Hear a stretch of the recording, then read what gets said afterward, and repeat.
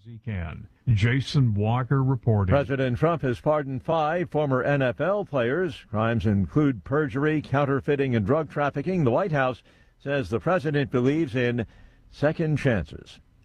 More on these stories, townhall.com.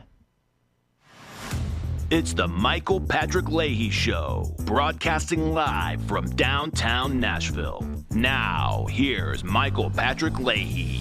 Good morning, and welcome to the Michael Patrick Leahy Show. We are indeed broadcasting from our studios in Nashville, Tennessee. It is Friday the 13th, February 13th, 2026. It's time for the Morning Rundown, which is brought to you every day at this time by our friends at the Glock Store. GlockStore.com, located just a few miles from the airport right here in Nashville, Tennessee. So here we go.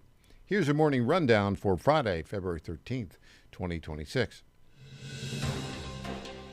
Number one, it's Valentine's Day tomorrow. So for all of you men in the audience who remembered and made dinner reservations for your sweetheart, congratulations. If you forgot it, if you're a guy who forgot, tomorrow's Valentine's Day, it's Hail Mary time. So get on it. You have 38 hours to fix this problem. You must fix the problem if you haven't already. Number two, the Department of Homeland Security is shutting down because Democrats want to make a point. I don't know what the point is, other than they want to stop things. You know who's not going to get paid? The Coast Guard, the TSA. So air travel is going to be a problem. FEMA. But ICE actually is funded, and it's not going to affect ICE. They don't make a lot of sense. Number three, Minnesota Attorney General Keith Ellison, the far leftist, testified before the Senate yesterday. It did not go well for him at all. We've got some clips and lowlights of that testimony. Number four, former Democrat state rep from Memphis, John DeBerry, who's been an advisor to Governor Bill Leahy, our Republican governor here in Tennessee, announced that he's running as a Republican for mayor of Shelby County. He would be a great mayor. Of course, Shelby County, they just hardcore Democrat. But this is a good move. And we support John DeBerry, great guy.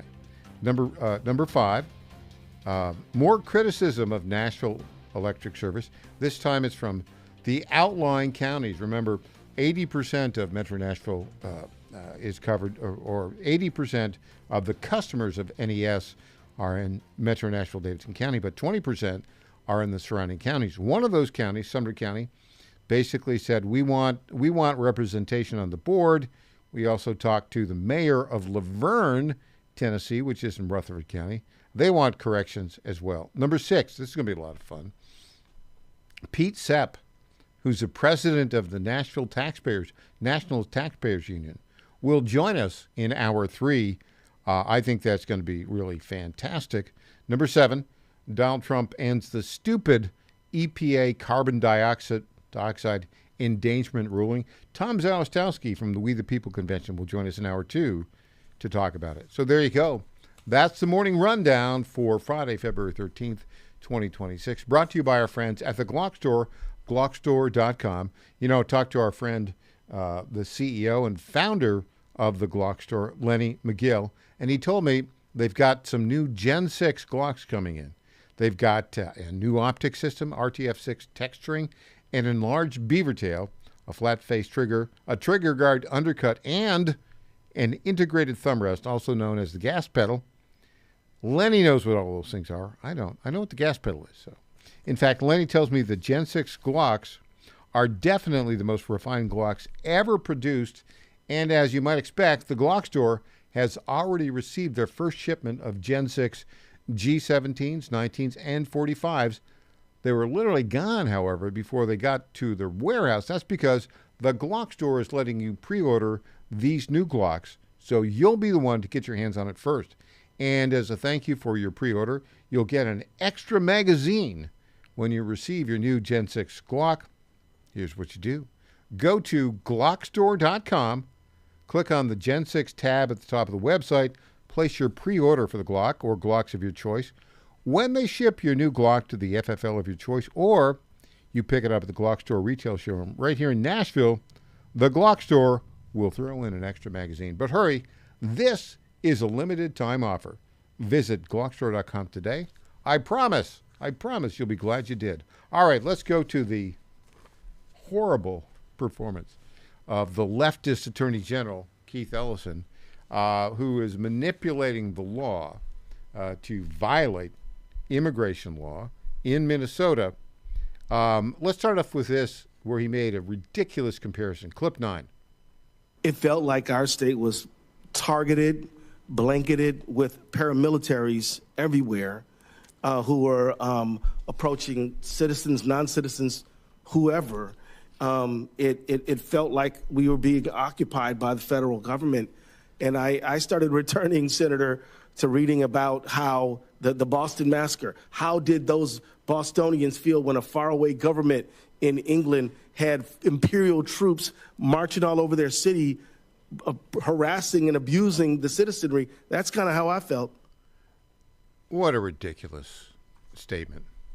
You know, the ICE agents are there enforcing immigration law, duly authorized by a federal law, and the state of Minnesota has been resisting cooperation, unlawfully in my view, as well as the city of Minneapolis. That guy is absolute idiot. And Senator Bernie Moreno from Ohio took it to him. Let's play this clip number 2. Moreno. Thank you.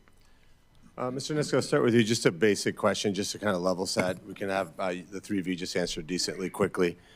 Do you think that people who are here in this country illegally, meaning they either entered illegally or overstayed a visa, should be deported? Yes, simple yes or no. The rule of law, yes. Mr. Ellison? Do they have an asylum petition pending? You get your microphone. If they have a pending asylum petition, I think it should be heard. If they have some basis for their presence in the country, I think ordinary due process should take place. Yeah, it's just from my perspective, simple. I'm not a big shot lawyer like you. Just a quick question. If you enter the country illegally or you overstay a visa, should you be deported? My simple answer is, sir, it depends. Okay, so if somebody breaks into your home, should they be arrested for breaking and entering, or does it depend? It's an entirely different scenario. How's that? Because immigration is essentially a civil, and the breaking into my home is a criminal matter. Okay, stop. Gotcha. That guy has entirely misrepresented the law. He knows he's misrepresenting it. No, it is a criminal misdemeanor to illegally enter the United States. This has been a lie that the left has been saying forever, and he just misrepresented the law. He knows better. He's playing to his audience. All right, it wasn't just Bernie Moreno who took it to him. Senator Ron Johnson from Wisconsin took it to him. Here we go, clip 3. I, as a government official, would have said, back off. Let us work with ICE. Let's cooperate with them. Let's see if we can't de-escalate this.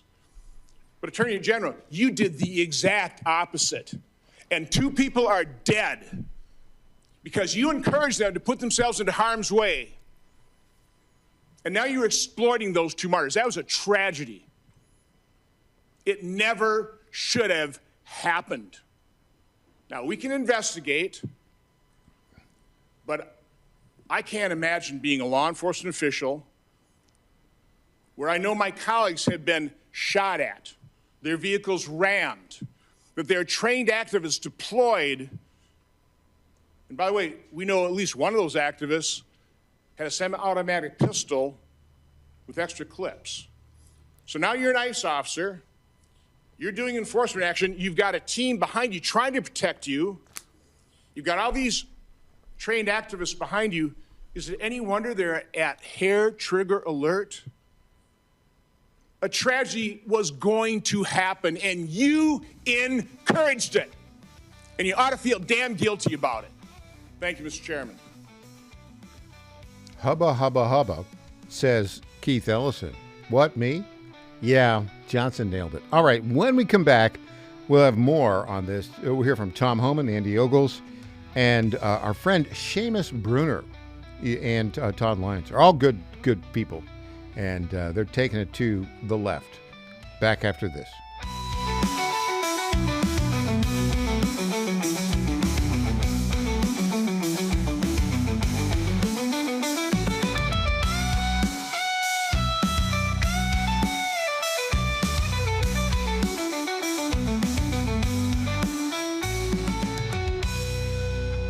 They got a bill going up to allow casino gambling on your phone, not regulated. They call it iGaming, and it's bad. You put $10 in, it's gone. This is insane beyond belief. Leads to loss of jobs, increased gambling addiction, putting families at risk. How do you regulate it? How does the state tax it? Is it sponsored by the casinos? Oh, this is another company that wants casino gambling on your phone in Virginia. Like my head is exploding. Call 804-698-7400. Tell your senator vote no to iGaming. I have no idea why Mamie Locke would introduce such a horrible bill. This thing is probably going to pass if we don't stop it. Like my head is exploding. Call 804-698-7400. Tell your senator vote no to iGaming. It's bad. Message paid for by the National Association Against iGaming. Do you think workers in Virginia should be forced to pay union dues and fees just to get or keep a job? For 80% of Virginians, the answer is no. That's why Virginia's right-to-work law is so popular. Unfortunately, special interest lobbyists in Richmond are seeking to repeal right-to-work in Virginia. With the General Assembly back, it is vital to tell your legislators and Governor Abigail Spanberger to oppose forced unionism and protect right-to-work in Virginia. Sign your petition today at virginiarighttowork.com. That's virginiarighttowork.com. The National Right to Work Committee paid for this ad. John Fredericks Media on YouTube is all that and more. Wake up to watch the John Fredericks Show live and stay on top of the news you need to know. Rewatch your favorite guest interviews, follow John's national media appearances, and dig into the archives of America's Godzilla of Truth. All that and more. It's John Fredericks Media on YouTube. Hit YouTube, search John Fredericks Media, subscribe, bookmark it, log in today. John Fredericks Media on YouTube. Must qualify for enrollment. Results may vary. We all hear the radio ads about the IRS. They tell you to be afraid, to be scared, and they try to frighten you into calling. I'm not here to do that. Tax Relief Advocates is different. TRA is here to tell you that if you owe money to the IRS, whether it's $5,000, $50,000, or $500,000, we have a solution. It doesn't matter if you're sitting in your car, at work, or with your kids. No matter where you are, call now. 800-583-5795. Don't lose hope. TRA can eliminate or reduce what you owe to the IRS. Generous programs are now available that can give you a fresh start. Our passion is taxes and helping individuals fix their IRS problems. We have over 1,000 5-star reviews on Google and an A+ with the Better Business Bureau. You don't need to be afraid of the IRS any longer. End your tax nightmare today by visiting us online at TRA.com or call 800-583-5795. That's 800-583-5795. Tax Relief Advocates. Real solutions for real people. I'm Lenny McGill, founder and CEO of Glockstore.com. For over 30 years, I've supported the Second Amendment rights of free men and women to protect themselves and their families with firearms. We offer the very best in both selection and prices on Glock handguns, custom Glocks, Glock magazines, and high-performance shooting accessories at Glockstore.com. We also have the finest retail showroom and our Shoot 270 shoot rooms right here in Nashville, Tennessee. Come visit us at Glockstore.com, and you'll be glad you did. This is State Senator Mark Pouty. Government is limited to what it is supposed to do. One of the things that is critical that we're supposed to be working on is transportation. Here in Middle Tennessee, our roads need more help. As your state senator, we are focused on getting more money reoccurring without a new tax increase for our roads here in Tennessee. This is State Senator Mark Pouty. Paid for by Campaign for Mark Pouty, Christina Hibden, Treasurer.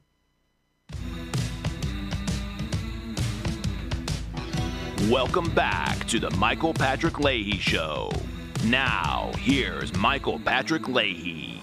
Well, these hearings yesterday in the Senate were quite interesting because all the Democrats were screaming, due process, due process, due process. Meanwhile, the witnesses there demonstrated that these illegal aliens set for deportation have received plenty of due process. That's, due process guaranteed under the Fifth Amendment of the Constitution. Let's start with Todd Lyons, the ICE director. I didn't know this was the number, but listen to this, clip 22. How many illegal aliens actually have final deportation orders in effect right now and haven't been deported? What percentage of folks that actually have a detainer put on them nationwide or that are in removal processes have a final order of removal? Does anyone know that number, that percentage? No, sir, not the percentage. I can give you what we're tracking right now is about 1.6 million final orders in the United States, with approximately 800,000 of those having criminal convictions. Correct. Of those folks, there's this debate against the final order of removal and whether they should be honored in detainers in states like Minnesota, or what that actually looks like. As my colleague, Senator Johnson, was saying, the Attorney General kept saying, well, if they're convicted, then I'm going to honor it, but then came back later and said if there's a final order of removal. It's my understanding that the vast majority of these folks that are being removed have a final order of removal on them already through a court. Yes, sir, through an immigration judge with the Department of Justice, separate from Immigration and Customs Enforcement. So let's think about that right now. What is ICE doing? There are 1.6 million illegal aliens here in the United States who have been given all of their due process and have ended up with a final order of removal granted by an immigration judge. Well, once that happens, they can be picked up and deported. They should be picked up and deported. And yet, there are many illegal aliens who have been arrested and are by local authorities and are in local jails, even though there's a final order of removal, and then ICE issues a detainer to the local authorities, local jails. The local jails in blue states are ignoring that detainer order and ignoring the final order of removal. Now, what's interesting on this is if you look at it, that's a lot of criminals. People say, oh, well, they only committed the misdemeanor crime of entering illegally. By the way, it's a crime. It's a violation of the 1929 National Immigration Act, and it's never been changed. So almost a century of law in that regard. So they are criminals. And the final order of removal, the deportation order, confirms that. But of those 1.6 million, half of them, 800,000, have actually subsequently committed further criminal acts in the United States. Now, what Attorney General of Minnesota, Keith Ellison, is claiming, oh, well, if we have a final order of removal from an immigration court, and we have, but by the way, the Supreme Court is totally agrees in multiple cases that an immigration court with a final order of removal has granted all the due process which an illegal alien is entitled to under the Constitution. Now, what Keith Ellison is claiming is, well, we have to say, if that final order of removal, if it's only for the misdemeanor crime of illegally entering the United States, well, we're not going to turn them over. Yeah, it's not just that. They don't turn over criminals in their custody who have been convicted of crimes since they came here illegally. That is really where we are right now. Look, would the crime in the United States be lower if all 1.6 million of those illegal aliens here illegally who have final orders of deportation had been discovered and removed? What would the crime rate be in the United States? Even lower than it has been in 2025, which is the lowest in, 100 years? Well, let's go on to this next clip. Clip 8. Seamus Bruner is a researcher into the issue of immigration. He works with Peter Schweitzer at the Government Accountability Institute down in Tallahassee. Peter Schweitzer, we'll hear from him later. And he co-wrote a book with John Solomon on these topics. He's asked about the legal issues here. Let's hear clip 8. Your organization specializes in following nonprofit funding and organizational networks. So based on your research, what organizations have been active on the ground in Minnesota? What can you tell us? Yes, we have tracked over $60 million, according to the latest 990 disclosures, to approximately 14 groups, some of them national, others on the ground. Groups like the ACLU provide the legal defense, as well as facilitate the trainings for some of the tactics that Senator Corrin just described. A group named Democracy Forward. Take Action Minnesota has gotten over $10 million from these large NGO networks, including the Neville Roy Singham Network. Indivisible, National Lawyers Guild, CTUL, the Council on American Islamic Relations Minnesota, CARE, Minnesota 350, Voices for Racial Justice, on and on. Like I said, over $60 million just according to the latest 990 disclosures. $60 million, at least 14 different groups. That sounds like a pretty broad ecosystem here. Where's this money coming from? I mean, how is it flowing to these groups? Do you have any sense? So we've built a database that contains hundreds of thousands of rows from grants from networks like the Soros Network, the Arabella Funding Network, as mentioned, the Neville Roy Singham Funding Network, many others, Tides, the Ford Foundation Network, the Rockefeller Funding Network, these massive NGOs that have billions of dollars to spend on all kinds of coordinated protest or, in this case, riot activity. Yeah, these NGOs, that, by the way, they need to lose their nonprofit status. These are billions of dollars from far-left organizations that are basically being deployed for the purpose of undermining the rule of law in the United States of America, because ICE is just is enforcing immigration law. Those 1.6 million illegal aliens still out in the United States who have final orders of removal, who have been hiding so they don't get removed.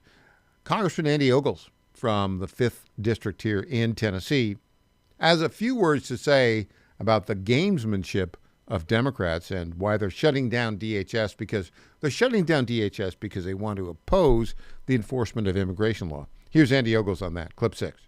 Funding for DHS will run out in just a couple of days, so Friday. And so you have this drone attack. Meanwhile, the Democrats are not wanting to fund DHS, which, by the way, would shut down the very program which was defending America from that incursion where they literally shut down the airspace. And so this is really important for America to understand that the Democrats are obstructionists. And so this shuts down FEMA, the CBP, Secret Service, Coast Guard, TSA. But the other thing to keep in mind is that you have other agencies as well. So like CISA, for example, that's the agency that protects us from cyber attacks from countries like China. It would shut down the agency that protects us from weapons of mass destruction. So those agencies, those individuals along the border that are testing, looking for, seeking out nuclear material that would be used against us by our adversaries, it would shut that down. So this is literally life and death. Okay, did you catch what he said about one of those agencies that, as of tomorrow, will not be funded? Secret Service. What? Yeah, remember the Secret Service, which used to be part of the Department of Treasury, about 3 or 4 years ago, was transferred over to the Department of Homeland Security. What could possibly go wrong if Secret Service agents protecting President Donald Trump and Vice President J.D. Vance aren't getting paid? Well, they do their job, but do you think they're going to be more than a little bit distracted? I would think so. This is a major, major problem and a major flaw in what the Democrats are doing. Congressman Andy Ogles is absolutely correct. What is the end game of every Democrat in Congress, with the exception of Senator John Fetterman? The end game is to basically destroy the Trump administration and destroy the constitutional republic. They do not care if you're going on a flight and it's delayed because the TSA agents aren't getting paid. They do not care if you've got a boating emergency and the Coast Guard can't come to your rescue. And they don't care, this is maybe one of their reasons for it, they don't care if the Secret Service that protects President Donald Trump and Vice President J.D. Vance is distracted because they're not getting paid. Hey, when we come back, some local news. Tom Pappert, more on the National Electric Service debacle, which they are failing to acknowledge, and people are not happy, particularly those in Sumner County and in Rutherford County and surrounding areas. Back after this.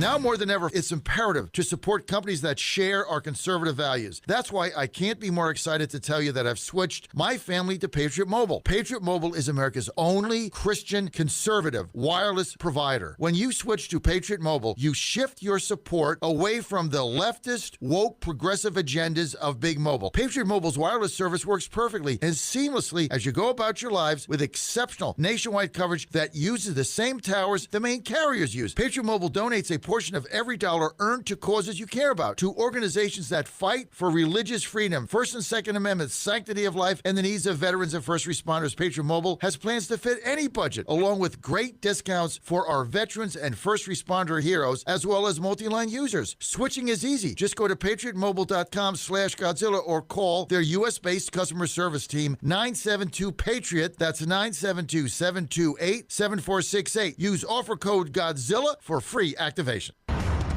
How much did you win at Rosie's Gaming Emporium? Hi, I'm Jerry from Richmond. I won a $23,000 jackpot at Rosie's. I'm Tammy. I'm from Newport News, and I just won a $5,400 jackpot from Rosie's. Hi, my name is Kim, and I'm from West Virginia, and I won $99,000 jackpot at Rosie's. Are you ready? Learn more about Rosie's rewards and jackpots at rosiesgaming.com. Must be 18 or older. Problem gambling? Call 1-888-532-3500. The math is simple. Every dollar we waste on unnecessary federal supervision is a dollar we can't use to fight violent crime. The Safer Supervision Act cuts bureaucratic waste and frees up law enforcement resources to protect families from serious threats. Law enforcement officers across the country and Republicans in Congress agree this is a smarter way to improve public safety. Stop the waste, protect our communities, fix federal supervision. Visit safersupervision.com to help. Paid for by the Reform Action Fund. The Cats and Cosby Show. It's a common sense recap of the big stories. It's not that all Somalis are criminal. It's just that 90% of these crimes are being committed by Somali Americans. And if you came to this country and you took advantage of the Americans' generosity, you committed fraud, and you refused to assimilate, you know what? I got 4 words for you. Get the hell out. Cats and Cosby, 5 Eastern, 4 Central on the John Fredericks Media Network. The book needs to be thrown at these people. What if you had a plan to build income outside your job? At Lifestyles Unlimited, you'll learn how people are investing in real estate to grow their income and make smarter financial choices one property at a time. Right now, join us for just $297. That's a savings of $443 off our real estate education program. Text RADIO to 88007. That's RADIO to 88007. Presented by Lifestyles Unlimited. My fellow Americans, I have to tell you about my good friends at D.T. McCall & Sons. They have furniture and appliances and a lot more. They've been family-owned in Middle Tennessee for over 100 years, and they're not going to rip you off. No hidden charges, no delivery charges, no charges for all of the crazy things. These are sick people at the lumber yards. These are very sick people. They charge you for cords and hoses and haul off. They charge you for all of these things. They call them hidden charges. It's the type of surprise that you don't want to see. It's like an October surprise, but it's worse. D.T. McCall & Sons, they're not going to do that. They're great people. They're going to give you a great deal. With locations in Lebanon, Carthage, Lafayette, Cookeville, and Franklin, D.T. McCall & Sons will give you the deal of your life. Check them out today or go to dtmccalls.com. Impersonator not endorsed by Donald Trump. Welcome back to the Michael Patrick Leahy Show. Now, here's Michael Patrick Leahy. We are joined on our Zoom Newsmaker line right now by the Dow Prize winner for Best Local Journalism in the country, a prize that he won along with yours truly and our executive editor at the Tennessee Star, Christina Boteri, our lead political reporter at the Tennessee Star and the Star News Network, the one, the only, Tom Pappert. Good morning, Tom. Good morning, Michael. Well, the Nashville Electric Service power outage debacle and attempt at recovering politically continues. Just for our listeners who might not be familiar with what a great debacle this was, first give us the outline of what happened in Nashville under this winter storm Fern. Well, Michael, it may seem like ancient history to our listeners throughout the country, but in Nashville and Tennessee, it's absolutely still recent memory. Winter Storm Fern took out more than 230,000 homes' power. It took 2 weeks or roughly thereabouts to get everybody fully restored, with tens of thousands without power for more than 1 week. In the middle of all this, it came out through the Tennessee Star that Nashville Electric Service slashed its tree trimming budget by $7 million, held 102 DEI training sessions, and after the storm hit, their board was recommended to extend the contract for a DEI consultant. Then, to make everything worse, Michael, the CEO, Teresa Broyles-Applin, has delivered a series of videos, press conferences, and the company issues anonymous spokesman statements claiming, in direct contradiction of its own report, that they actually increased their tree trimming budget for the past 5 years. So at this point, you have U.S. Senator Marsha Blackburn calling for resignations, Andy Ogles calling for the General Assembly to take control and dissolve the board. Even the Metro Council has a resolution pending that is calling for the NES CEO to be fired. And on top of all that, now we know that the surrounding communities, Michael, are even more upset possibly than those in Nashville. But wait, there's more. Tom, you're going to love this. Sources tell us that the monthly bills for Nashville Electric Service have gone out. And the bills, despite this 2-week outage, 10 days to 2 weeks in most places, despite that, they have sent out the highest bills ever for the month. Can you believe that? You know, Michael, Teresa Broyles-Applin was sure to say in her recent remarks to the Metro Nashville Council that don't worry, NES is going to work with people. They're not going to do any shutoffs until June, and they will be accepting any type of payment arrangement until the end of this year. So you may have an impossibly high bill, but don't worry, they will allow you to keep letting that bill go higher without paying it, and they will let you form a payment plan at your earliest convenience. Isn't that nice of them? We have multiple sources telling us this, that just these bills that just went out. Highest bills they've ever had. And they've been out of power for 10 days to 2 weeks. I think, back to the storylines that you're going to be working on, just doing a survey of the bills that have gone out. This would be another question to ask NES. We have multiple reports, NES, that your monthly bills are the highest in recent memory, despite the fact that most people lost 10 to 14 days of power. Can you confirm this and explain why? I think this is going to be another question that we send them that they're not going to respond to. Your thoughts on that, Tom Pappert? Well, I think that's exactly right. In fact, yesterday, Michael, after the NES resolution came out for Metro Nashville, they didn't cite our reporting, but they referenced it. They referenced the $7 million slash. They referenced the level 5.2 classification emergency reliability issue that stemmed from vegetation management the board knew about in November. So I reached out to the NES communications team yet again, and I said, hi, for more than 2 weeks, I've been looking for clarification about this 7 million figure. Was it slashed or wasn't it slashed, as you said in your 2024 annual report? And they told me, Michael, we are still working on this. Thank you for your patience. Unsigned, so, right? Tells me we won't be getting a response. Unsigned. It was an AI Unsigned, bot. Of course. I'm telling you, Tom, I'm telling you, they're using AI. At this point, my question is it a human typing my press inquiry into ChatGPT and sending what ChatGPT says, or do they skip the middleman and do they just wire it up to the computer? So just for the fun of it, we got to go into ChatGPT or Grok and say, hey, pretend you're Nashville Electric Service. They might be better is the thing. I think AI might actually, do a better job of talking down the public, and let alone reporters who are asking questions. Pretend you're National Electric Service, Grok or ChatGPT. How would you answer this question? And then let's see. Let's compare the answers, because I don't know. I got a feeling they're using ChatGPT and AI to answer all of our questions, which means they're not answering all of our questions. Okay, let's go back to this. There's an odd historical element to this, which is the following.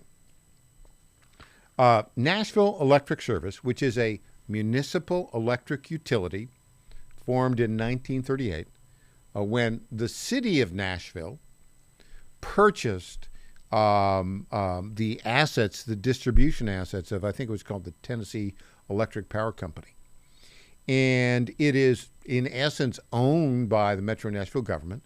That all became part of the charter in 1965 when the city of Nashville set up a metro government that included other cities that comprised Davidson County.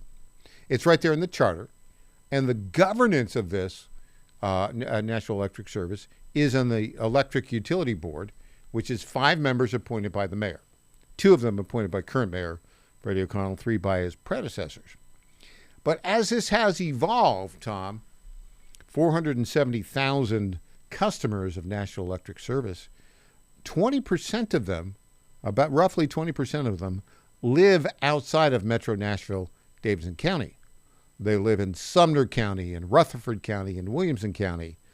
Those counties are not represented on the 5-member board because they're all, appointed by the mayor. I don't know if they're residents of Nashville or not, but they probably are, I would guess, those 5 members. The charter actually does require that if they were to move outside the Nashville city limits, they would lose their board seats. It's that restrictive. This is why we pay you, the Dow Prize winner, the big bucks, because you know those details. Okay, good stuff. Well, Sumner County is not happy with this relationship. Tell us about that.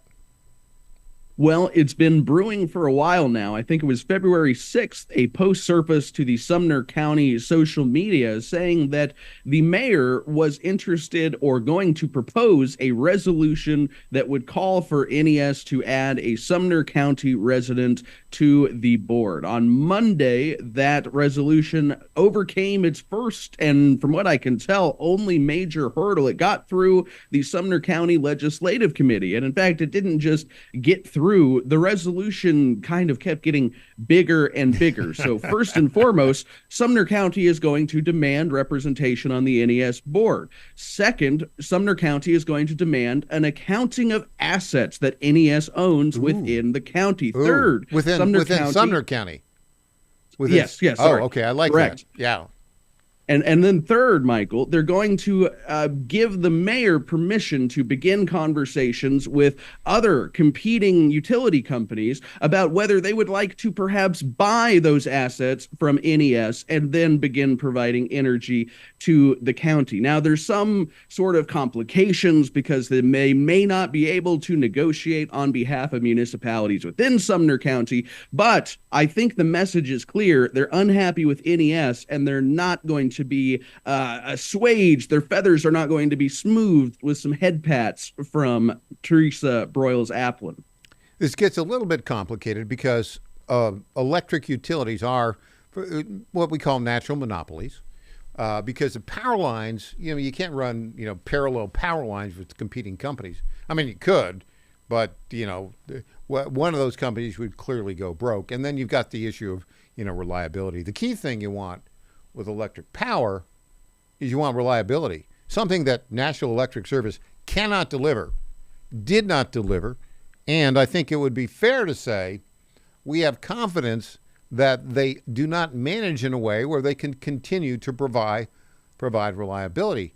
It gets complicated, though, because it's interesting that you say Sumner County is now asking NES to deliver to them a list of all the assets that NES owns within Sumner County.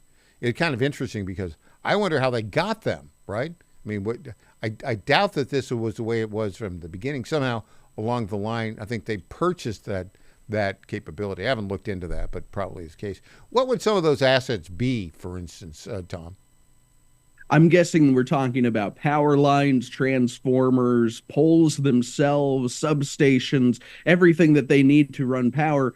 And essentially what would need to happen is first it would have to be an agreement struck between the county, NES, and either CDE, Lightband, or Tri-County Electric. Then the Metro Council and General Assembly would have to get together. Both would have to agree to a change to the charter, from my understanding, at which point then the transfer of assets could move forward and either a new electric company could begin providing service. But it is a lengthy and complicated process, Michael, and I think the fact that these county governments, I mean, we're not talking, these guys may not have the assets of Metro Nashville. And the fact that these county governments are going to start this process, I think that should tell us all exactly how poorly NES is viewed after this storm.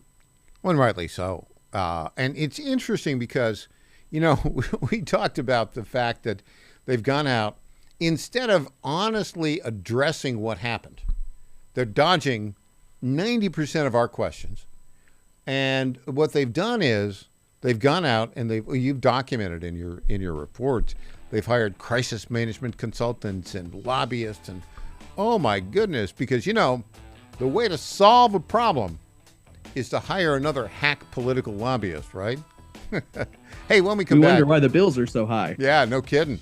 When we come back, Tom, let's take a look at this a revolution for independence from the monopoly Nashville Electric Service. It started in Sumner County, but it's spreading.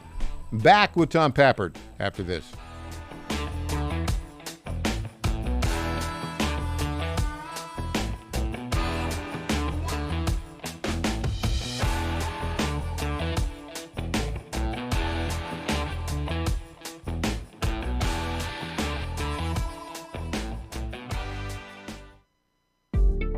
Is a record player the best way to listen to music?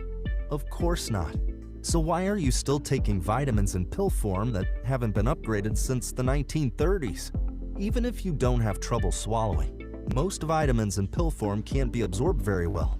It's time to upgrade to the pill-free future of vitamins. Advanced nutrition company, Healthy Cell, created a patent-pending ingestible gel that is clinically proven to have 265% the absorption rate of tablets. These physician-formulated supplements come in a small gel pack. You tear off the top and shoot it down. You can also mix it in water. They taste great, they're convenient on the go, and they're more natural too, without chemical binders, fillers, and coatings. Go to healthycell.com and use code GODZILLA for 20% off your first order of any product. That's healthycell.com. HEALTHYCELL.com. 1775 Coffee is giving away free starter kits. Try the dark or medium roast coffee with longevity blend, an infused blend with anti-aging supplements clinically proven to reduce biological age. When you purchase the first 2 bags, you'll receive a free 1775 starter kit, including a third 16-ounce bag of coffee, a matte black tumbler, a frother, a gold scoop, or a reusable K-cup filter. Just order now at 1775coffee.com/Godzilla and claim your free 1775 starter kit while supplies last. It's finally here, our second annual mega sale. This sale only comes around once a year, so take advantage of the best offers ever while you can. For example, save 50% on our Giza Dream bed sheets, as low as $29.98. And for the first time ever on TV, My Pillow mattresses and My Pillow mattress toppers, as low as $99.98. And you save 50% on our Lux Pure 6-piece towel sets. Regular $69.98, now only $39.98. And our best-selling standard My Pillows, regular $49.98, on sale for $17.98. Wait on it, mega sale, only $14.98. But wait, there's more. To make the mega sale even more special, when you order right now, your order's gonna ship absolutely free. To take advantage of the second annual mega sale, go to mypillow.com or call 800-854-0504 and use promo code Godzilla. The Cats and Cosby Show. It's a common sense recap of the big stories. It's not that all Somalis are criminal. It's just that 90% of these crimes are being committed by Somali Americans. And if you came to this country and you took advantage of the Americans' generosity. You committed fraud, and you refused to assimilate. You know what? I got 4 words for you. Get the hell out. Katz and Cosby, 5 Eastern, 4 Central on the John Fredericks Media Network. The book needs to be thrown at these people. Hey there, it's Lenny McGill, founder and CEO of GlockStore.com. For over 30 years, I've supported our Second Amendment rights with GlockStore.com, the world's #1 source for Glock handguns, parts, and accessories. I also support accurate, unbiased journalism like The Michael Patrick Leahy Show. His team broke the Kilmar Abrego Garcia traffic stop and was the first to obtain that video. Independent journalism at its finest. Visit us at GlockStore.com, listen to Michael Patrick Leahy, and make America great again. This is State Senator Mark Pody. Government is limited to what it is supposed to do. One of the things that is critical that we're supposed to be working on is transportation. Here in Middle Tennessee, our roads need more help. As your state senator, we are focused on getting more money reoccurring without a new tax increase for our roads here in Tennessee. This is State Senator Mark Pody. Paid for by Campaign for Mark Pody, Christina Hibden, Treasurer. Welcome back to the Michael Patrick Leahy Show. Now, here's Michael Patrick Leahy. Welcome back. Our guest, Tom Patrick, our lead political reporter at the Tennessee Star and the Star News Network. Okay, so Tom, this is fascinating. So you've got Nashville Electric Service, a municipal utility, 80% of their customers in Metro Nashville, Davidson County, 20% in the surrounding counties, operated by a 5-member board owned by Metro Nashville government. The 5-member board hires a CEO. Debacle, just terrible performance. 2 weeks, 230,000 people out of power. In contrast, Memphis Light, Gas, and Water, 440,000 customers, almost as big as NES. They have the same ownership structure. It's a municipal utility owned by the city of Memphis, a 5-member board of commissioners appointed by the mayor of Memphis, confirmed by the city council. Same structure. They did a great job during the storm. They spent $83 per customer for tree trimming versus $30 per customer that NES did. They had virtually no outages. Now, they weren't hit quite as hard by the storm. I just bring that up to point out Memphis now is, in the past couple months, doing better than Nashville in some areas. That's fascinating. Now let's go back to this revolution of independence spreading out among the surrounding counties where approximately 80,000, 90,000 customers are served by Nashville Electric Service. Sumner County had this resolution. They're looking at transferring the ownership of the assets of NES within that county to another entity. I think that's going to happen, but it's not just Sumner County. You talked with the mayor of Laverne, which is a city of 40,000 in Rutherford County. Their power is provided by NES. Who is he and what did he have to say? Well, Michael, the mayor of Laverne, he is not very happy with NES and their performance during this storm. In fact, he sent a letter to NES about a week and a half ago asking for answers about how this outage got to be so severe. And believe it or not, he never got a response. They have not even acknowledged that he's trying to get a hold of them. Teresa Broyles-Applin, the CEO, he told me yesterday, has only called him at about 7:15 in the morning or 8 o'clock at night. And believe it or not, the mayor of Laverne, Tennessee, is not at the office during those hours. He works like a normal person. So in addition to all of this, he's been trying to get a hold of Mayor Freddie O'Connell to talk about the process for getting some representation for Laverne or potentially Rutherford County on the NES board. And Mayor Freddie O'Connell has not been responsive to his colleagues in a neighboring community. So at this point, they are similarly seeking representation on the board, or else they want to move their utility to provider to another local company. I think that you're going to see this basically everywhere in the surrounding communities, and I think it's going to be a big black eye as NES desperately seeks, I guess, lobbyist protection from the General Assembly. By the way, Mayor Jason Cole was very confused about this and upset about why they are spending money on lobbying when they've had such severe issues, where in Laverne, what he told me is half the city, the north half, is on NES, the south half is on the competitor. Well, it was completely fine in the part of town where the competitor covered the electricity, but where NES was, they were without power for over a week. And not only that, they didn't even have downed like poles. They didn't have trees blocking the road. According to Mayor Cole, NES could have sent linemen there and got them up quickly, but I guess they needed to sit in those parking lots in Nashville instead. That is beyond crazy. Okay, so he sent a letter to the CEO of National Electric Service, Teresa Broyles-Applin, 10 days ago? And Right. has not received a letter in response. He says she's tried to call him and left messages. Is that right? I'm not even sure if she's left a message, Michael, but that is what he said, that she's only called at about 7:15 in the morning or 8 o'clock at night. He told me that he is actually writing a new letter. He's going to invite Broyles-Applin to attend the March 3rd the Laverne City Council meeting to explain some of these incidents in person. It'll be interesting to see whether she attends. Well, why don't you ask her? Let's ask them. Let's see if their AI bot responds.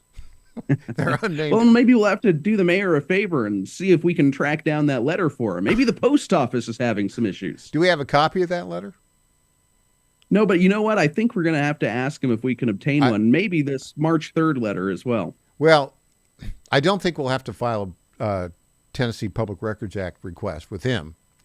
But since National Electric Service is not answering our questions, or not answering 90% of our questions, just so they know, we are preparing a Tennessee Public Records Act request. It's going to be a long list. Get ready. Oh, and by the way, National Electric Service, if you deny our request, we will sue you, and we will win, because that's our track record. Tom Pappert, thanks so much for joining us today. Always a pleasure, Michael. Happy to be here. All right. Thanks. When we get back, Tom Zelistowski will talk about the DHS shutdown and this ruling by Donald Trump. We're throwing out Al Gore's global warming rules. Oh, so sad. Al's crying. Back after this.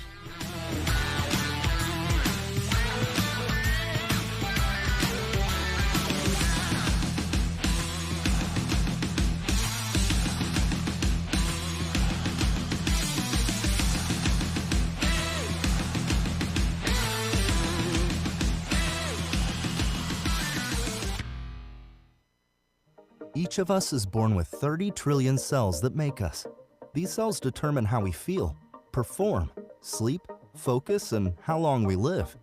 And to live our best life, all we have to do is feed our cells properly. But most supplements don't reach our cells, keeping us from reaching our full potential. Make every cell count with Healthy Cell. Founded with a mission to empower people to take control of their own health at the most fundamental level, the cell. Dr. Vincent Gempapa, world-renowned cell researcher and medical doctor, created supplements that work at the cellular level to support immune health, better sleep, sharper focus, and healthy aging. Go to healthycell.com and use code GODZILLA for 20% off your first order of any product. That's healthycell.com, HEALTHYCELL, and use code GODZILLA for 20% off.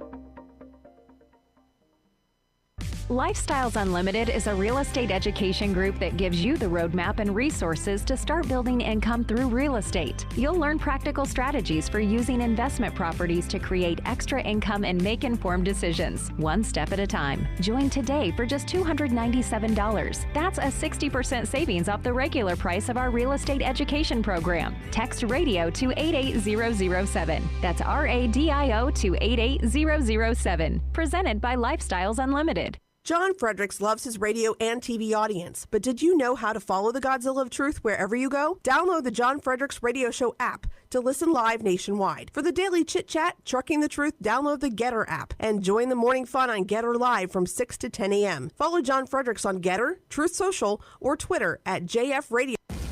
This is WJFN Goochland, Bonaire, Chester, and WJFV Portsmouth, part of the John Fredericks Media Network. Breaking news this hour from Town Hall. Amit Thomason.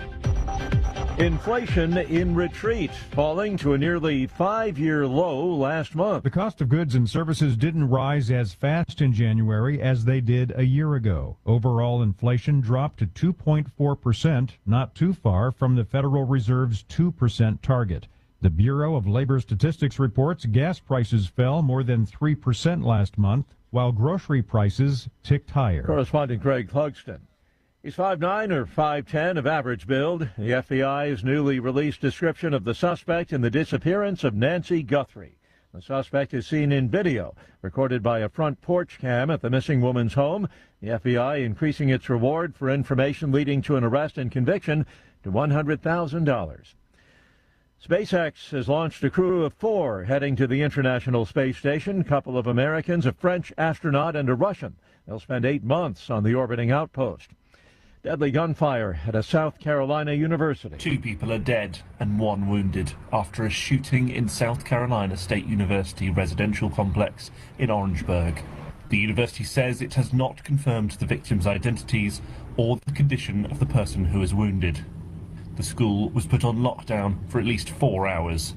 Investigators were on site and law enforcement officers patrolled the campus and nearby areas early Friday. The university cancelled Friday classes and is making counsellors available to students. Correspondent Luke Garrett says a lockdown has since been lifted and there is no information on a possible suspect. Midnight is the deadline for a partial government shutdown, this one affecting the Department of Homeland Security. On Wall Street, the Dow is up about 94 points. The Nasdaq trading 3 points higher, and the S&P is better by 16. More on these stories, townhall.com. Hi, it's Mike Gallagher. A lot of us are thinking about taxes, home projects we've been putting off, ways to get ahead financially in 2026. Now's the perfect time to talk to my friends at Fellowship Home Loans. If you want to lower your mortgage payment, they can help you refinance.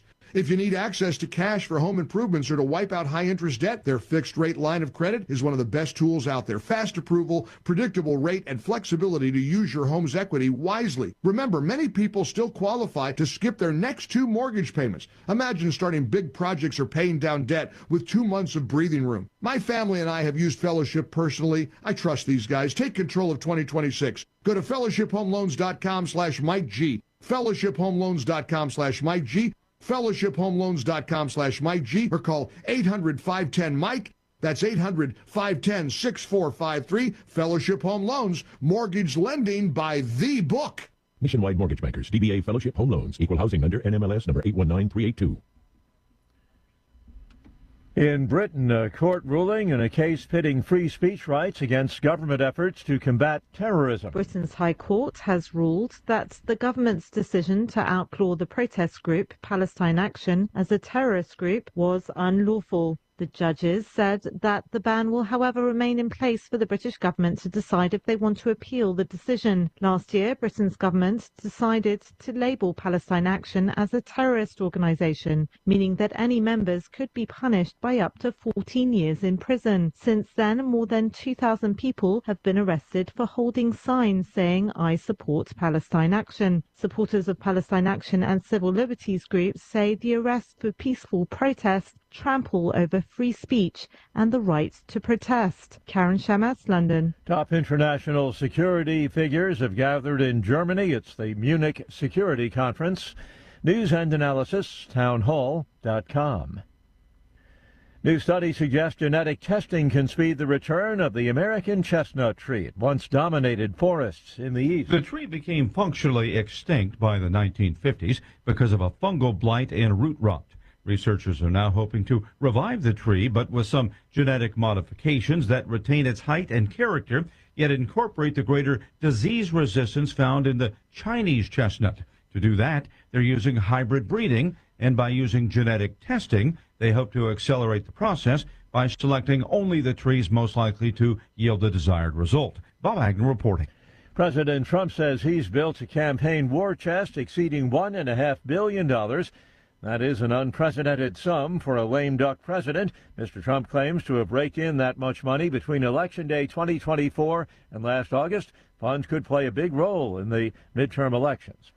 More on these stories, townhall.com. It's the Michael Patrick Leahy Show, broadcasting live from downtown Nashville. Now, here's Michael Patrick Leahy.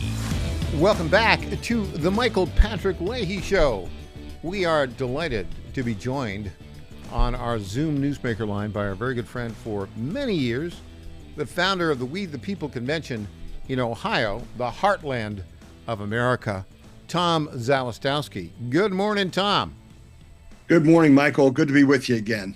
So tomorrow, the Department of Homeland Security will be shut down, but the Immigration and Customs Enforcement officers will continue to be paid. Why is that? It's because the one big beautiful bill act included a $75 billion of funding for ICE. They usually spend about $10 billion a year, so they got like 7 years runway.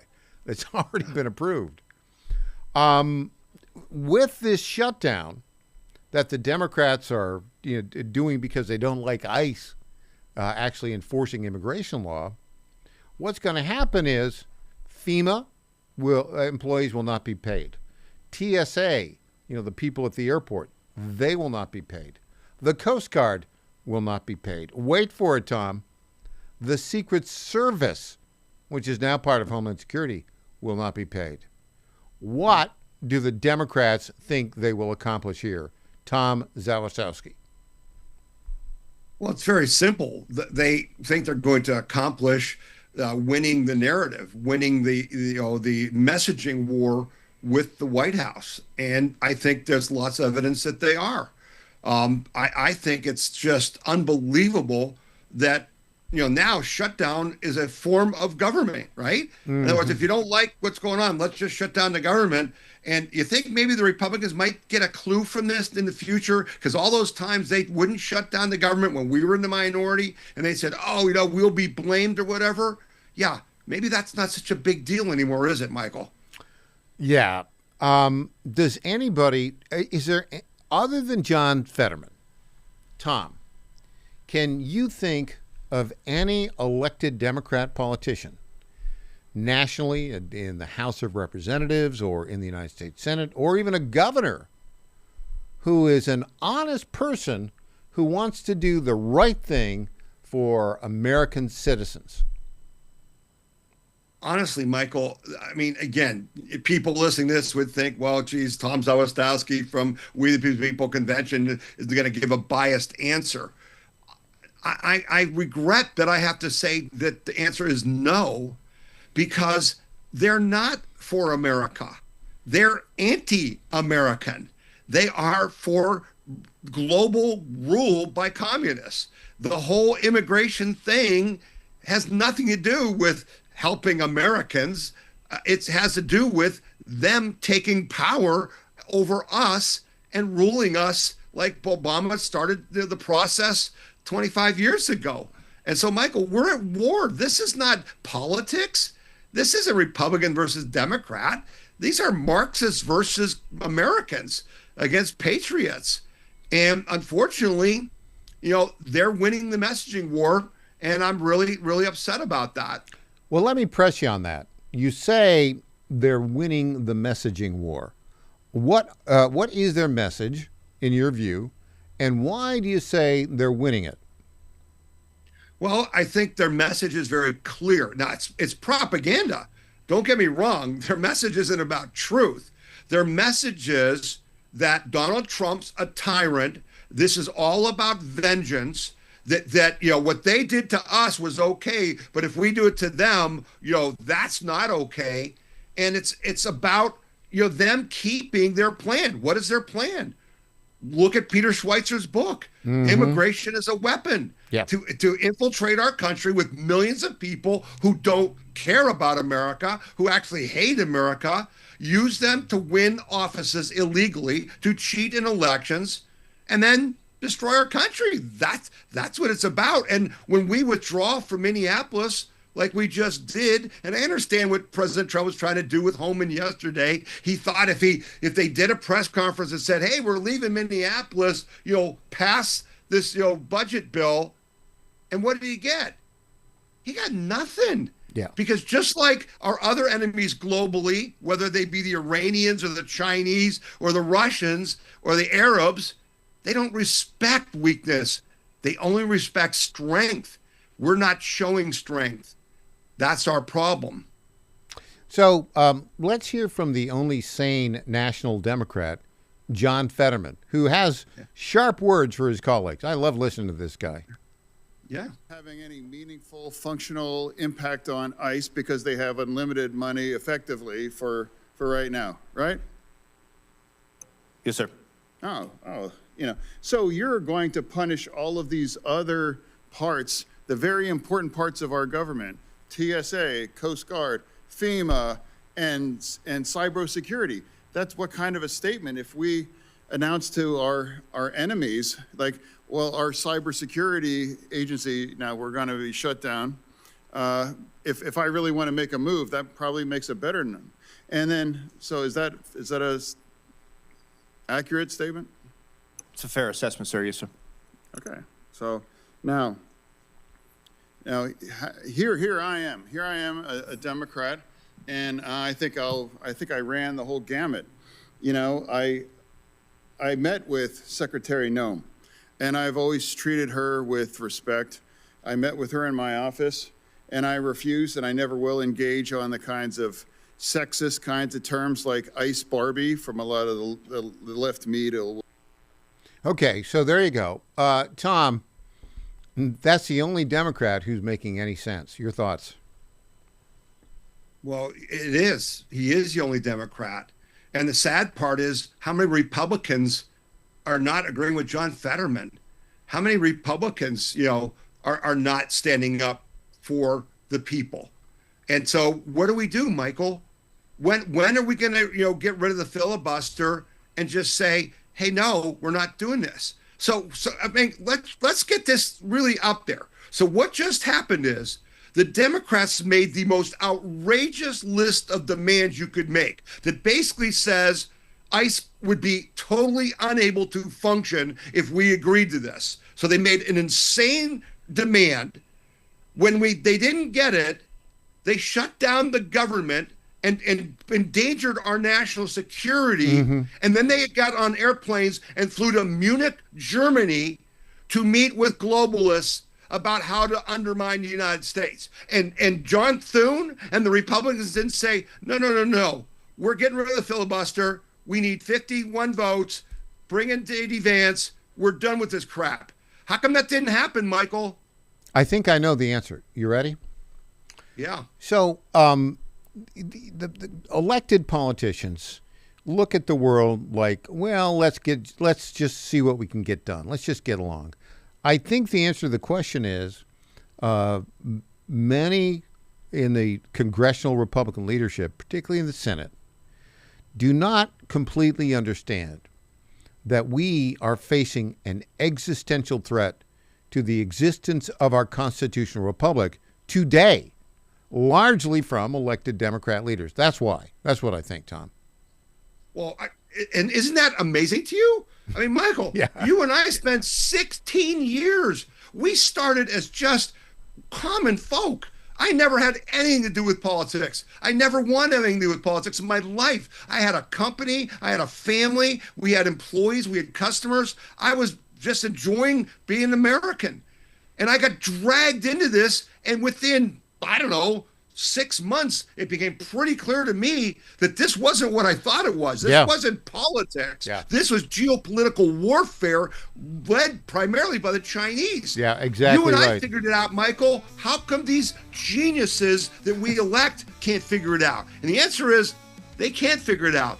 They don't want to, Michael, because they're getting fat and happy, and they don't think it's going to affect them. It's only going to affect you and I and your viewers. And they're not geniuses. When we come back, Al Gore is crying, crocodile tears. We'll tell you why when we get back. Tom Zawistowski joins us.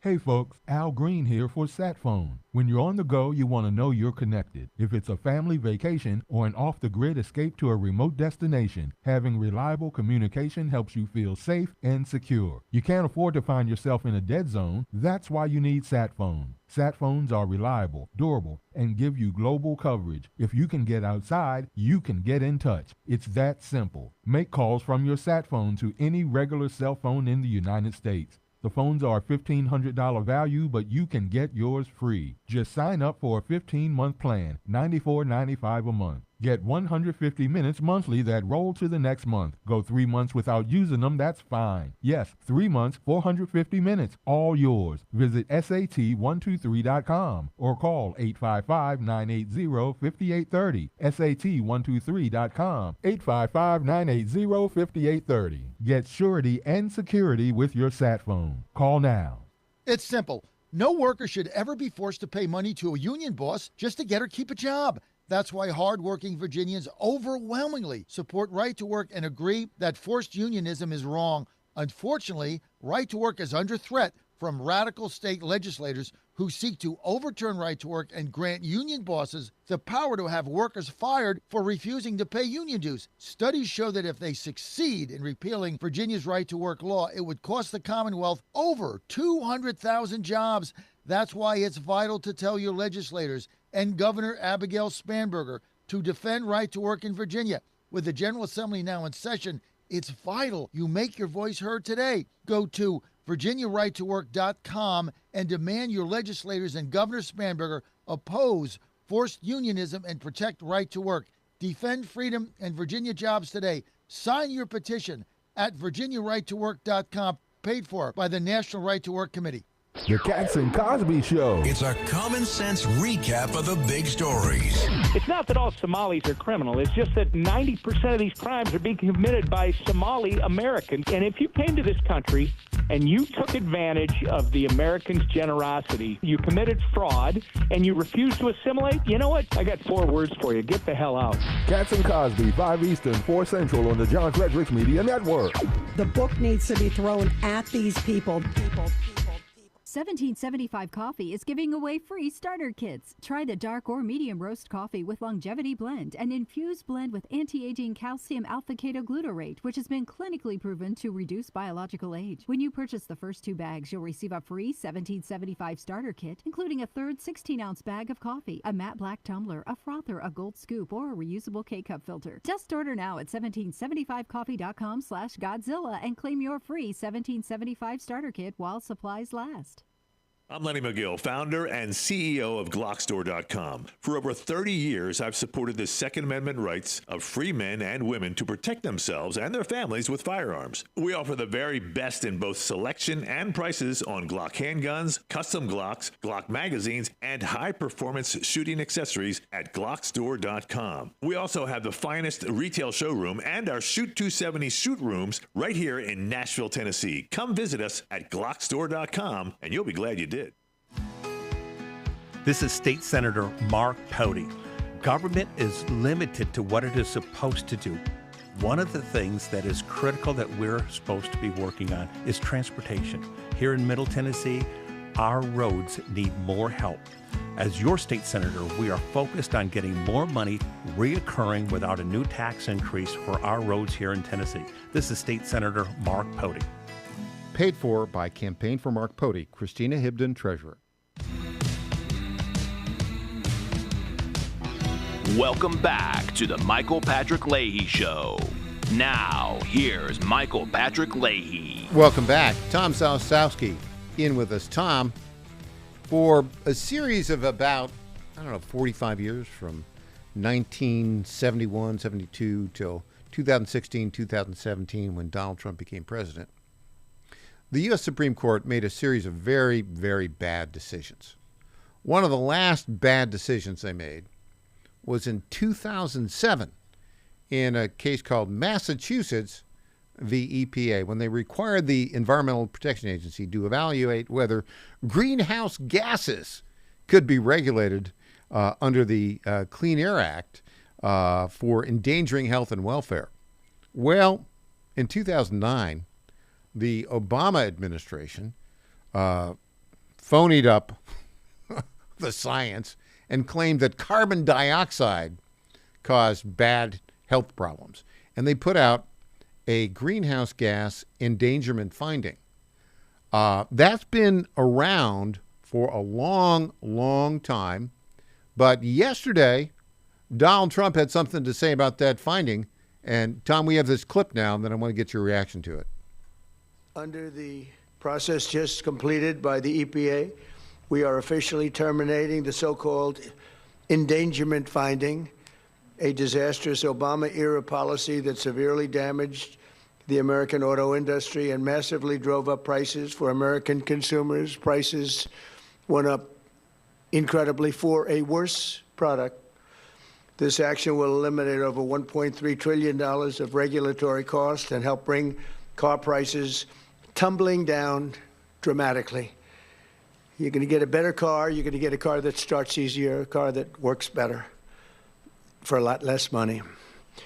In 2009, Barack Hussein Obama, his EPA designated fossil fuels such as oil, gas, and other things that actually make factories rock and roll and other things drive very nicely as a threat to health and human welfare, known as the endangerment finding. This determination had no basis, in fact, had none whatsoever, and it had no basis in law. On the contrary, over the generations, fossil fuels have saved millions of lives and lifted billions of people out of poverty and all over the world. And you see it with the blackouts all over where they don't use it, where they went to wind, intermittent wind, which is weak and ineffective and very, very costly. Okay, Tom, common sense returns. We've had, since 2009, that's basically 7 years of scientific illiteracy dominating our policy. Your reaction to that common sense decision by Donald Trump? Well, we've got to work on your audio there, Tom. Have we lost? There you are. Obviously, we are excited about this. It's long overdue. I know in his first term, he did roll back some things, but this is the core. This is the big enchilada. This had nothing to do with climate, had nothing to do with public health. This is commie climate attacks on capitalism. The goal was to destroy capitalism and to weaken the United States. That's what this was about from the beginning. Al Gore is a traitor. Barack Obama is a traitor. These people intentionally, with no scientific evidence whatsoever, and the evidence is clear now, Michael, just look at the results. 30 years and $10 trillion spent. Did they improve a thing? No, but they sure hurt a lot of us. They sure hurt Americans and Europeans and people over the globe with high energy prices and products. Try to get a truck fixed. If you have friends in the construction industry and stuff, look at the environmental controls on dump trucks and bulldozers and giant cranes and things. They're impossible to keep running because of these quote unquote environmental standards. That wasn't an accident, Michael. That was a plan. That was a strategy. And I'm glad President Trump's repealed it, but they're going to be in court. Oh, yeah, because the lefties in the courts are going to be backing them up, saying, oh, you can't do that. But it's a damn good thing he did, but we're going to have to fight like heck to make sure it stays that way. Oh, yeah. You think maybe we could get Congress, the Republican Congress, to pass legislation to make this permanent? Because if they don't, we'll be right back here again in a couple years. So what's interesting, we're going to bring up clip 21 here in a second to address this. I absolutely want to get your reaction to this in a bit. It's not just the challenges that are going to be made in the courts. They're inevitable. I mean, I'm sure there are probably 20 of them already in left-wing district courts right now as we speak. But, you know, the regime media continues to lie about Donald Trump and his policies. And even though I think we've had the rise of X, we've had all sorts of other options out there, the regime media still wants to take down Donald Trump. And they are unapologetic about their lies. Here is an example. David Muir, the anchor at ABC News, who is a virtue signaling leftist, if ever there was one, listen to how he described Trump's common sense end to the EPA endangerment rule about carbon dioxide and greenhouse gases. Tonight, President Trump has repealed U.S. power to regulate climate in this country, the president officially rejecting the science, and what this now clears the way for. Critics tonight arguing this is not only dangerous for the environment, but for your health. Rejecting the science. Critics you mean the phony science? You mean the God. phony science? We're rejecting the phony science? Go to wethepeopleconvention.org, Michael, right now. You'll see a link about this, and you'll see a story that was put out by a climate expert firm that said there's zero evidence that any of this ever worked and it was ever a problem, Michael. This was never real, but they did a great job. And I said earlier about their winning the messaging war because morons like that actually believe the lie. It's not true. It's never been true. Al Gore, how many predictions was Al Gore wrong on? Like every single one. But we got to make them pay for that, Michael. We got to bring that up and keep beating on them because this is not going to stop unless we stop it. They're not going to quit. We have to defeat them.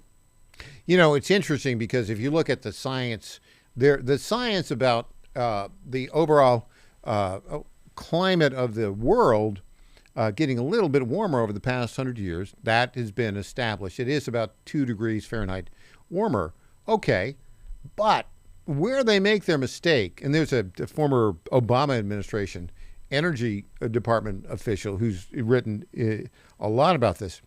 The mistake is claiming that man has had anything to do with that. I mean, if you look at the climate, the temperature of the planet, it is. Yeah, now you're talking. It is varied over millennia, right? Mm-hmm. But the claim that this is in response that the climate has warmed over due to carbon dioxide is absolutely false. That's a human conceit of the left. No kidding, and not to mention the fact that warmer climates actually are better. More people die from cold than die from heat. And so, and guess what? We've got more forest than we've ever had. Because you know what? Carbon dioxide. What a concept. Plant food. It's all a lie. And Trump was really aggressive. You watch the video, read the stories. He just called them out. It was a total scam. But right now, you go on X, you go on any social media, he's killing people. It's going to destroy Americans. The health outcomes of Americans are going to be damaged by this. Donald Trump is killing people. They've said it over and over again. You and I have to keep saying, that's a lie. This is going to make people prosper, and it's going to help people in poor countries more than anything else. Tom, this will crack you up. In the spring of 1974, the big thing the left was pushing was global cooling. Remember that? Walter Cronkite did it. Oh, government must take action because. So I was in a geology class with a great professor at Harvard, Stephen Jay Gould, and I went in and looked at all of the evidence, and I wrote a paper. I got an A on it, and I said, Professor Gould, the left is claiming that we're getting warmer, colder. It's actually getting a little bit warmer, and here's the evidence. That was back in 1974. Look at how the left has changed their tune. It's too cold. It's too warm. Crazy. Final thoughts, Tom Zastowski. Michael, I'm asking all of your viewers to pray for President Trump and his team. We are facing major threats. The withdrawal in Minneapolis is very concerning. This, governing through shutting down is not something we can have.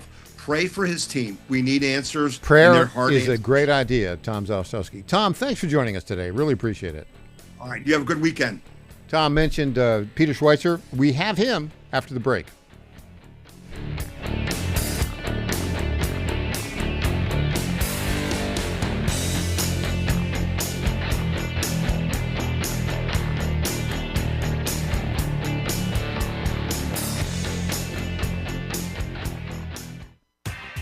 What happens in Virginia doesn't stay in Virginia. It influences policy and policymakers nationwide. The VirginiaStar.com shines a light on the issues in VA that become issues for the USA, with insightful commentary that gets to the fact of the matter. The VirginiaStar.com is your source of wisdom and truth, locally, statewide, and nationally. Log on today and every day. The VirginiaStar.com. The VirginiaStar.com.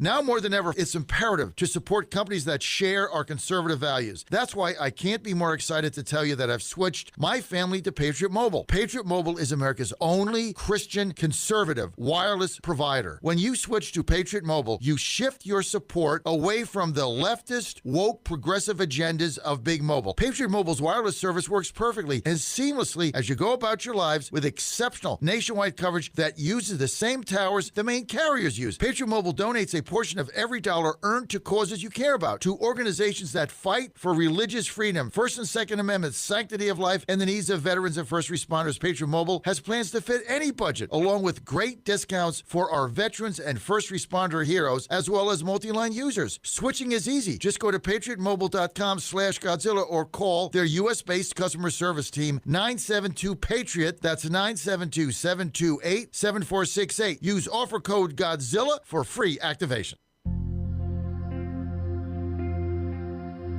Ponder this.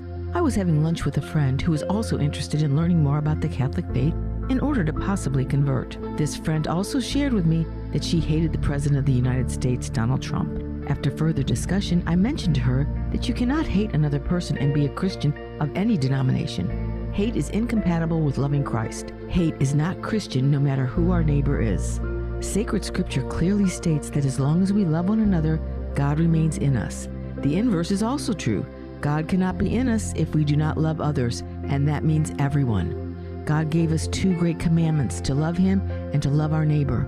All other commandments flow from these two.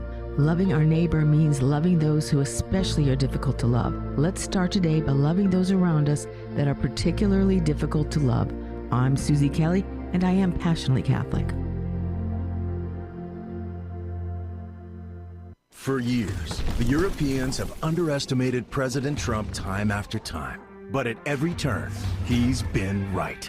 On energy, on NATO, on foreign free riding. It's time they pay up. That's why he's cracking down on foreign countries that don't pay their fair share for American medicines. Renegotiating trade deals for the prescription drugs we invent. President Trump is ending the foreign freeloading, making Europe pay their fair share. Paid for by Americans for Limited Government. My fellow Americans, I was this close, very close, to buying from the lumber yards. These are sick people. But I turned my head at the last second, and I saw a big, beautiful ad for D.T. McCall's. These are highly respected people.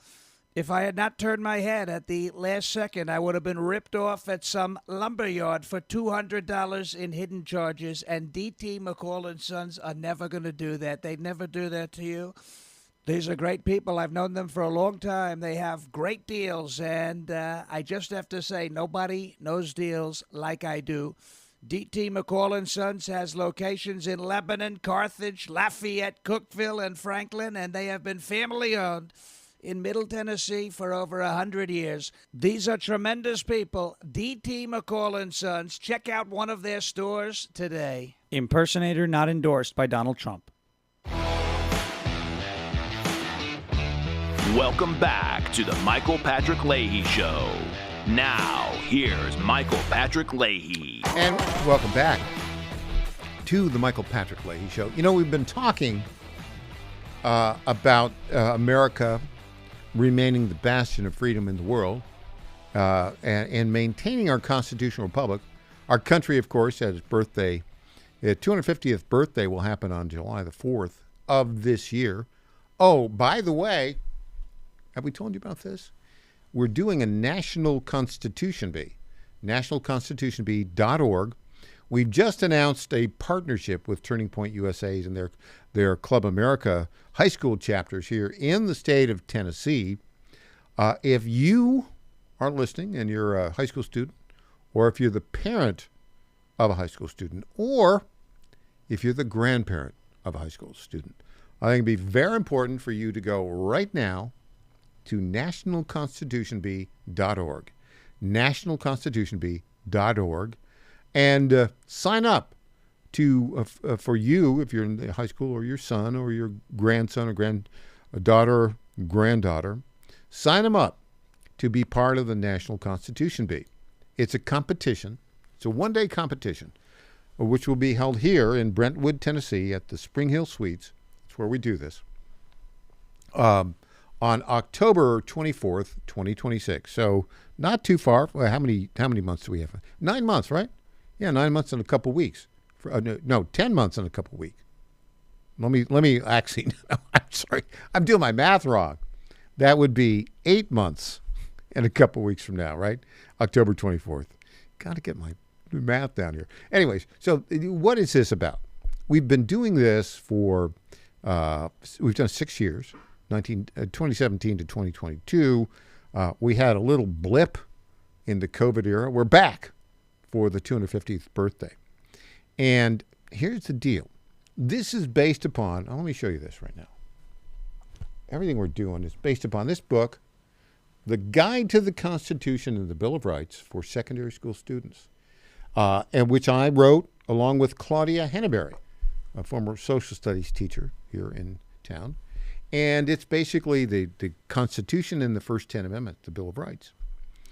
The test, or the Constitution Bee, is based entirely on this book, right? So you and the kids, by the way, in our previous Constitution Bees, they love the book, and they basically come in and they have the dog-eared copies of it. It's really, really great. Now, here's the thing. Public schools hated this. We couldn't get into a public school here in Tennessee to promote it. We got into a couple, actually. And we went in, and I'd go and I'd talk to the kids there. And the teachers, all of the teachers in the high schools were living constitutionalists. We're not that. We're originalists. That's where the court is right now. But we'd go in, I think I got into like a couple public schools, and they allowed me to talk, but then they couldn't wait to get me out the door. Poor kids. They're not getting this. But the good news is, here's the great news. Turning Point USA, we have a partnership with them, specifically here in Tennessee, with the Club Americas, the high school chapters here. And so we will go and we're going to work with those clubs. We're going to give them a copy of the Guide to the Constitution and Bill of Rights. I'll go in, I'll talk to the kids in their after school events and explain to them, and they'll have the guides here. This is such a fun event. And we've structured it so that every kid who shows up is a winner in some way. And what do I mean by that? What our purpose here is, we provide the winner, and we've got a very interesting structure to this thing. The winner gets a $10,000 scholarship they can use for whatever they want. And we don't put it into like some education saving. No, we give the kid $10,000, the first place winner. And the second place winner gets $5,000. And the third place winner gets $2,500. But we have other prizes along the way. And we keep all the kids engaged. You know, if you, it's kind of a multiple choice question type thing. And at the beginning, and then it goes into an essay contest. And, you know, we started off with, again, we're going to try to get 50 kids in it this year. We've had anywhere from 20 to 25 kids do it, but they all love it. We start off with, and this is a lot of fun. We do a preamble competition, the 51 words, you know, the preamble to the Constitution, and the kids get to say it however they want to. This was like the Schoolhouse Rock song, remember that? But some kids go in and we had some kids deliver it in Latin. We had some kids deliver it in sign language. We had another kid deliver it in Spanish. And then the musical renditions of it are like beyond fabulous. It's really just a lot of fun. And so, but we get money prizes for the most creative and entertaining. We get prizes away for those in the preamble. The preamble is just like at the beginning. And we have judges, and it's a whole thing. But it starts at 9 o'clock, and typically it's over by 1 o'clock. But it's quite dramatic, actually. And we have kids deliver essays. And I think this time around we may have a special speaker come in at the very beginning. Probably it might be a prominent government official in the state of Tennessee or a prominent judge in the state of Tennessee. Might be. We'll see. Don't want to make any promises right now. But it will be October 24th. And what we do differently is, that day, you win, you get the check. And the check is not payable to your parents. The check is not it's payable to you. And we trust you to use it however you want in terms of education. You promise that you're going to use it for education. But for instance, if you win this and you want to use the $10,000 prize to go to a college, that's great. Or at a community college. Or if you want to use it to learn how to be a welder, you can do that. We leave that up to you. Isn't that great? It's an awful lot of fun. And it's very important. And we're relaunching it this year. It's a modest relaunch, even though, let's face it, the 250th anniversary of the country, every time you look around, kids in high school aren't taught any of this stuff. They are not taught it. There are any number of reasons why. It's because mostly the teachers' unions have a leftist view of America, but they're not taught it. And as a result, over time, what you see is growing anti-American attitudes, anti-constitutional republic attitudes from younger people. Remember, we started this in 2017. And I can tell you, I was trying to promote it back in 2017, and 9 years ago. 9 years ago. And I remember I went to a youth in government conference sponsored by the YWCA right here in Nashville, Tennessee.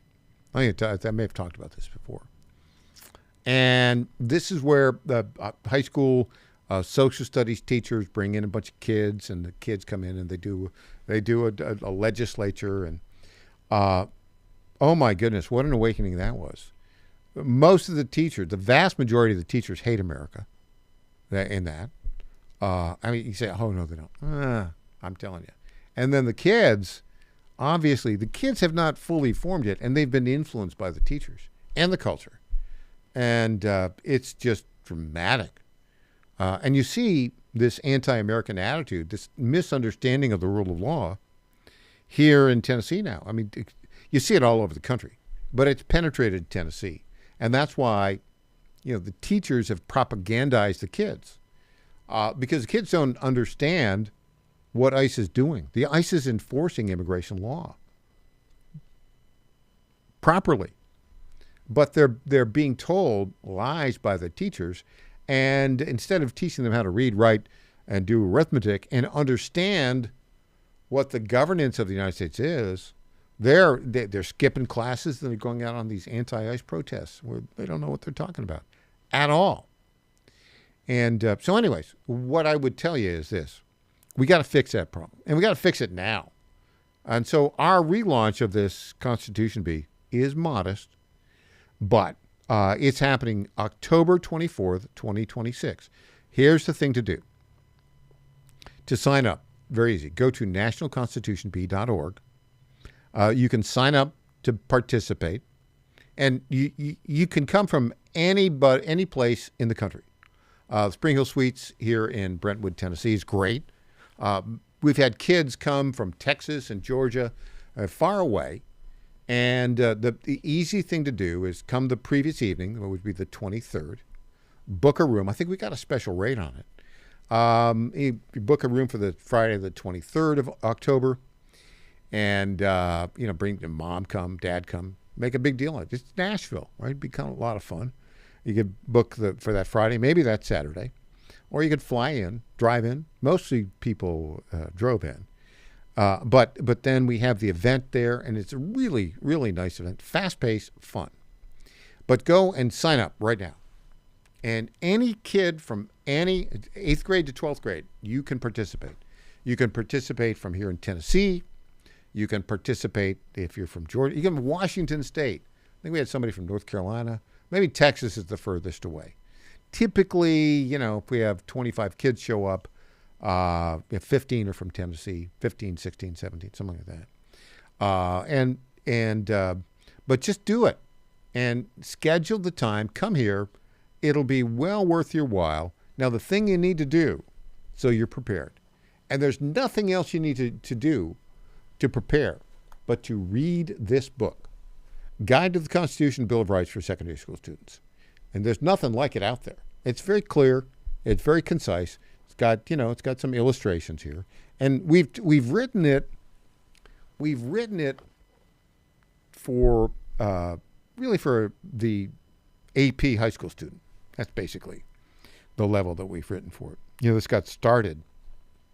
We did a series of stories at the Tennessee Star in 2017 on this, and that evolved into the book, and then so we've been doing this ever since. I think this will be, if you want to think about the future of the United States of America, your children, your grandchildren, and you, if you're in high school, you got to understand what the country's about.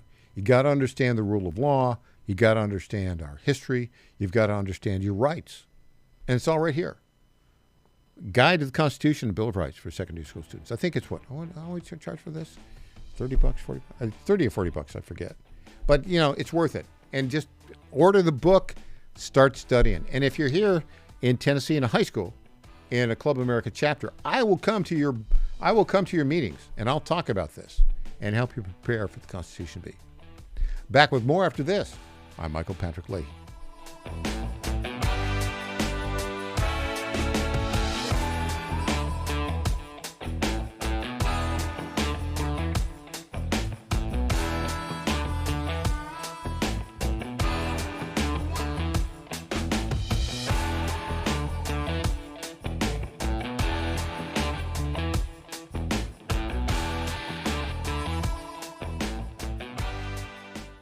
They got a bill going up to allow casino gambling on your phone, not regulated. They call it iGaming, and it's bad. You put $10 in, it's gone. This is insane beyond belief. Leads to loss of jobs, increased gambling addiction, putting families at risk. How do you regulate it? How does the state tax it? Is it sponsored by the casinos? No, this is another company that wants casino gambling on your phone in Virginia. Like my head is exploding. Call 804-698-7400. Tell your senator vote no to iGaming. I have no idea why Mamie Locke would introduce such a horrible bill. This thing is probably going to pass if we don't stop it. Like my head is exploding. Call 804-698-7400. Tell your senator vote no to iGaming. It's bad. Message paid for by the National Association Against iGaming. The math is simple. Every dollar we waste on unnecessary federal supervision is a dollar we can't use to fight violent crime. The Safer Supervision Act cuts bureaucratic waste and frees up law enforcement resources to protect families from serious threats. Law enforcement officers across the country and Republicans in Congress agree this is a smarter way to improve public safety. Stop the waste, protect our communities, fix federal supervision. Visit safersupervision.com to help. Paid for by the Reform Action Fund.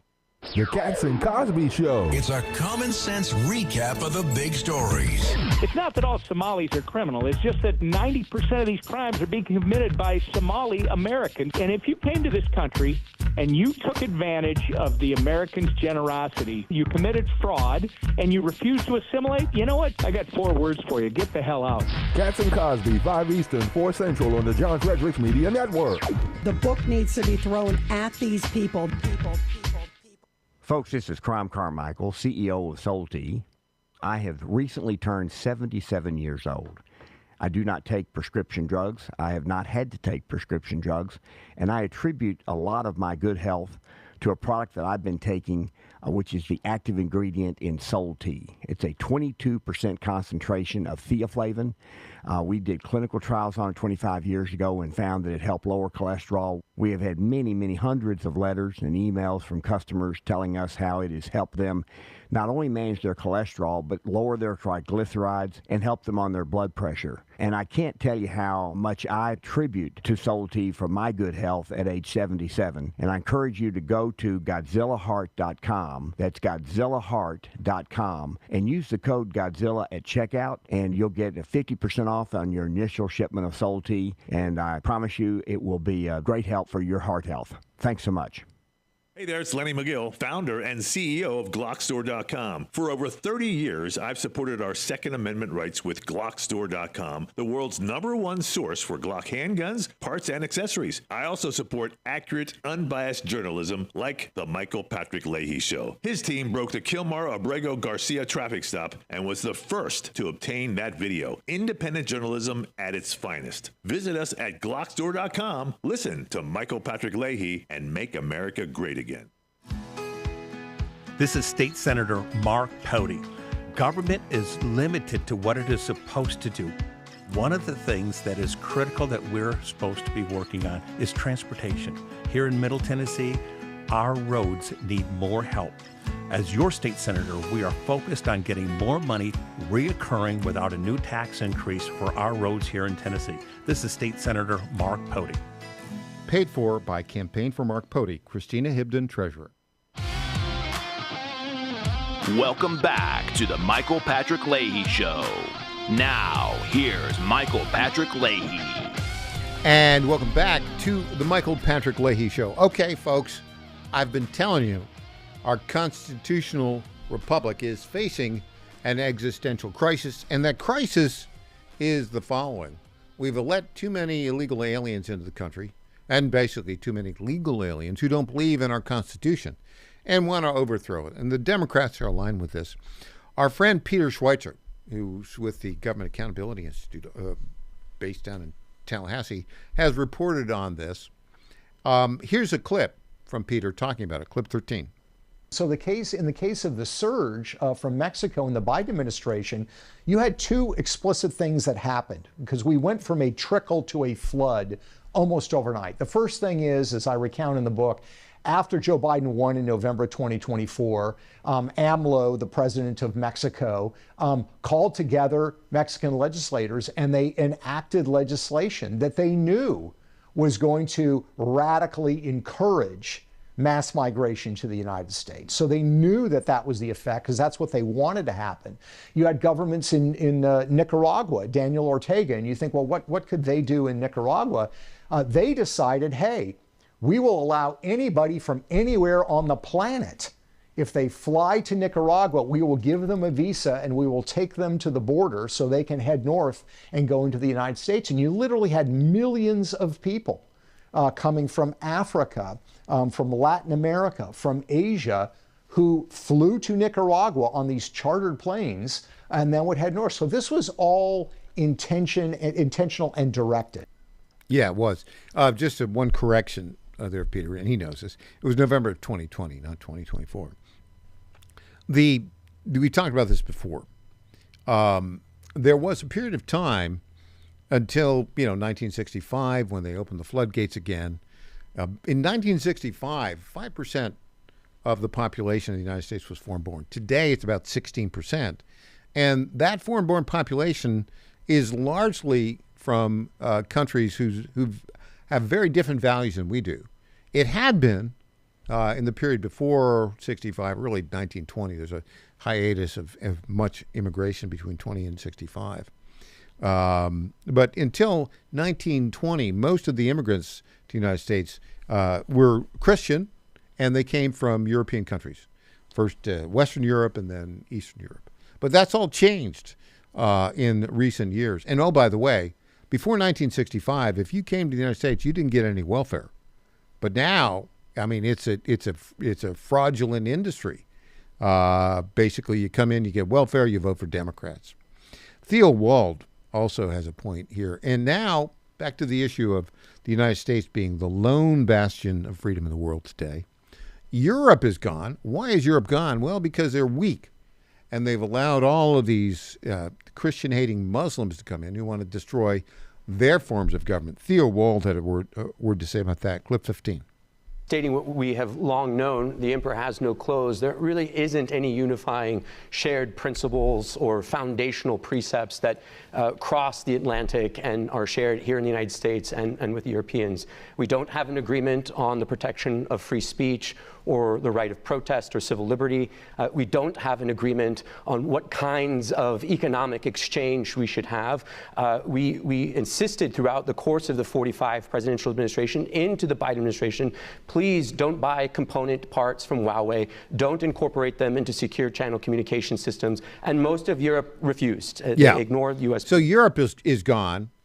All the values upon which the country was based that came out of England doesn't have them anymore, and the rest of Western Europe is terrible.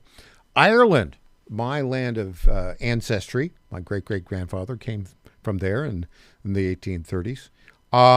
Guess what? The Irish are really gone. Here is their defense minister talking about what their priorities are in the defense ministry. Clip 16. Minister, could you talk a little bit more about the department's efforts to increase female participation within the defense forces? What is the mechanism by which that's being achieved, and why is that an important goal? Look, I think it's really important that we see numbers increase more broadly. We still have quite a low number of female members in the Defence Forces. I think there's a number of things we need to do. Firstly, we need to ensure that there's targeted campaigns, and that's something that's been worked on at the moment. So how do we attract women? How do we highlight that this is a really valuable career for women, that there are many opportunities for women in the Defence Forces? So that's been actively worked on, and that'll be part of the plan that I'm announcing today. Secondly, I think it's really important that we continue with really meaningful cultural change within the Defence Forces. We know okay, nothing there at all about defending Ireland. It's about, diversity. The attitude that chick just expressed is probably why my great-great-grandfather left County Tipperary back in the 1830s. And so he came to the United States and then Canada for freedom. And Ireland has thrown away the idea of freedom. In fact, if you go to Ireland right now, what's the diversity they care about? Well, they want more women in the defense ministry, and they want to open their arms to Muslim terrorist immigrants. Not going to turn out well. They also open their arms to Rosie O'Donnell, which says, another reason why Ireland's in the tank. Back with more. Hey, Pete Sepp, the president of National Taxpayer Union, will talk to us about what's going on with credit scores and what that means for you. Back after this.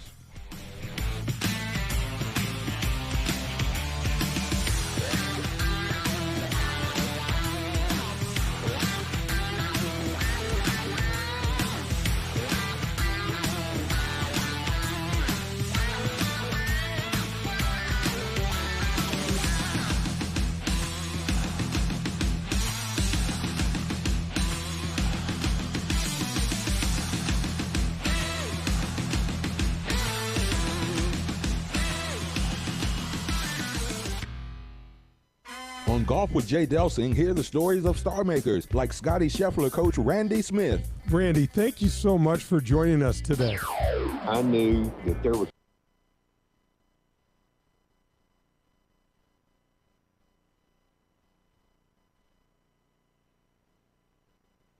came up.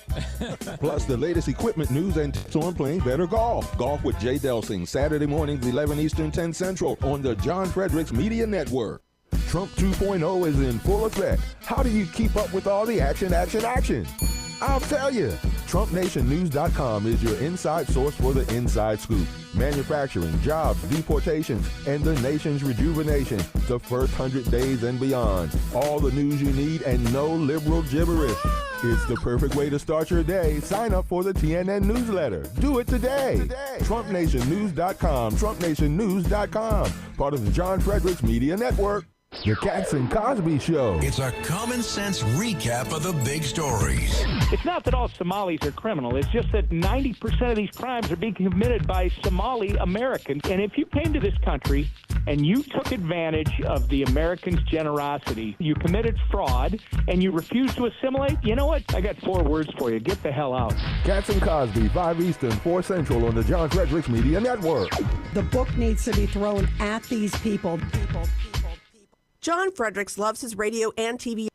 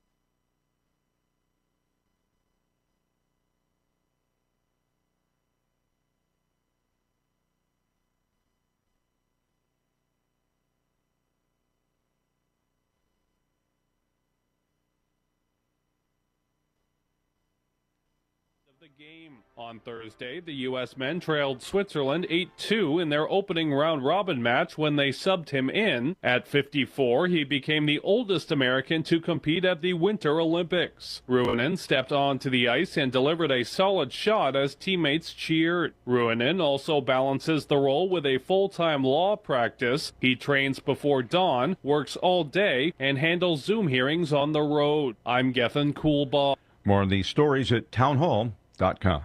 Hi, it's Mike Gallagher. A lot of us are thinking about taxes, home projects we've been putting off, ways to get ahead financially in 2026. Now's the perfect time to talk to my friends at Fellowship Home Loans. If you want to lower your mortgage payment, they can help you refinance.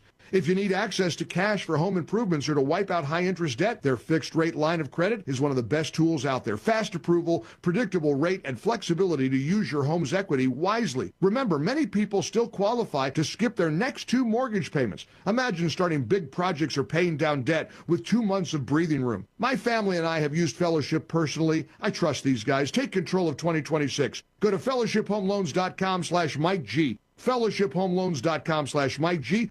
fellowshiphomeloans.com/Mike G, or call 800-510-MIKE. That's 800-510-6453. Fellowship Home Loans, mortgage lending by the book.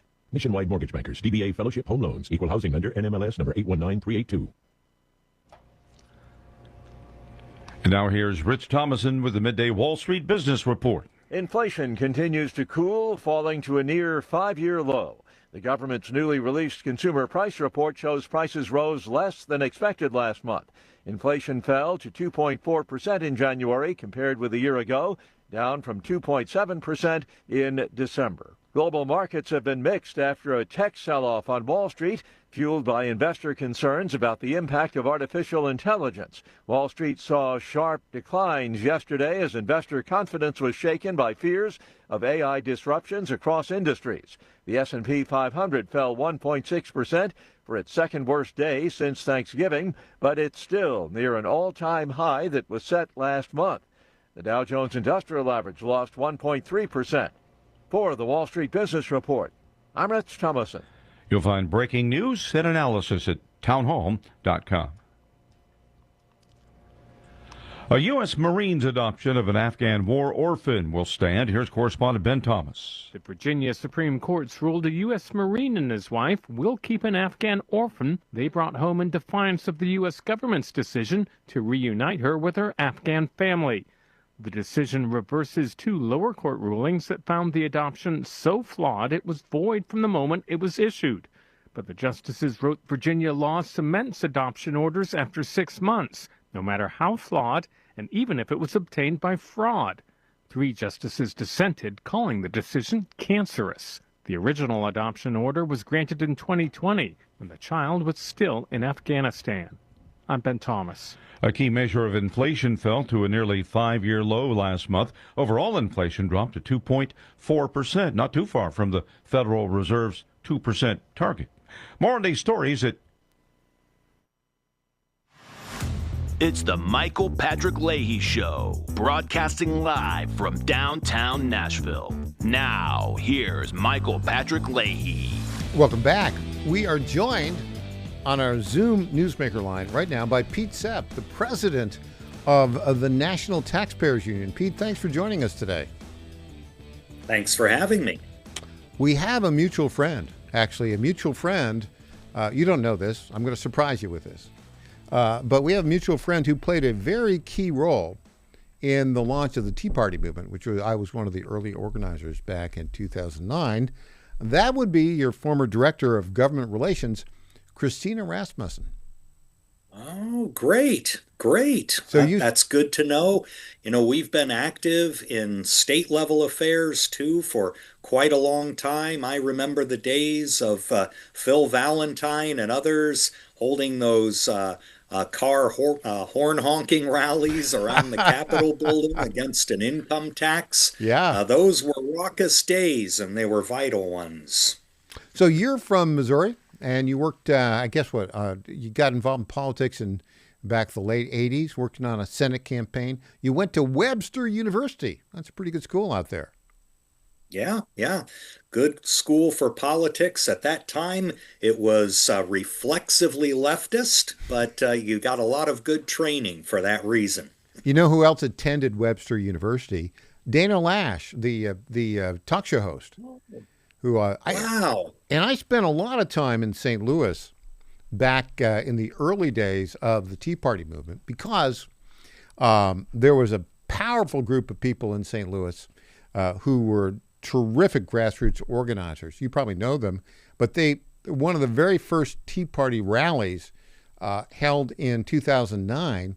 Actually, we did this in February 2009, right after the Rick Santelli rant. Was held right outside the Archid there in St. Louis. And the organizers of it were Gina Loudon, who's now with, I think she's with Real America's Voice, and her husband, John Loudon, who was a state senator at the time. You probably know John.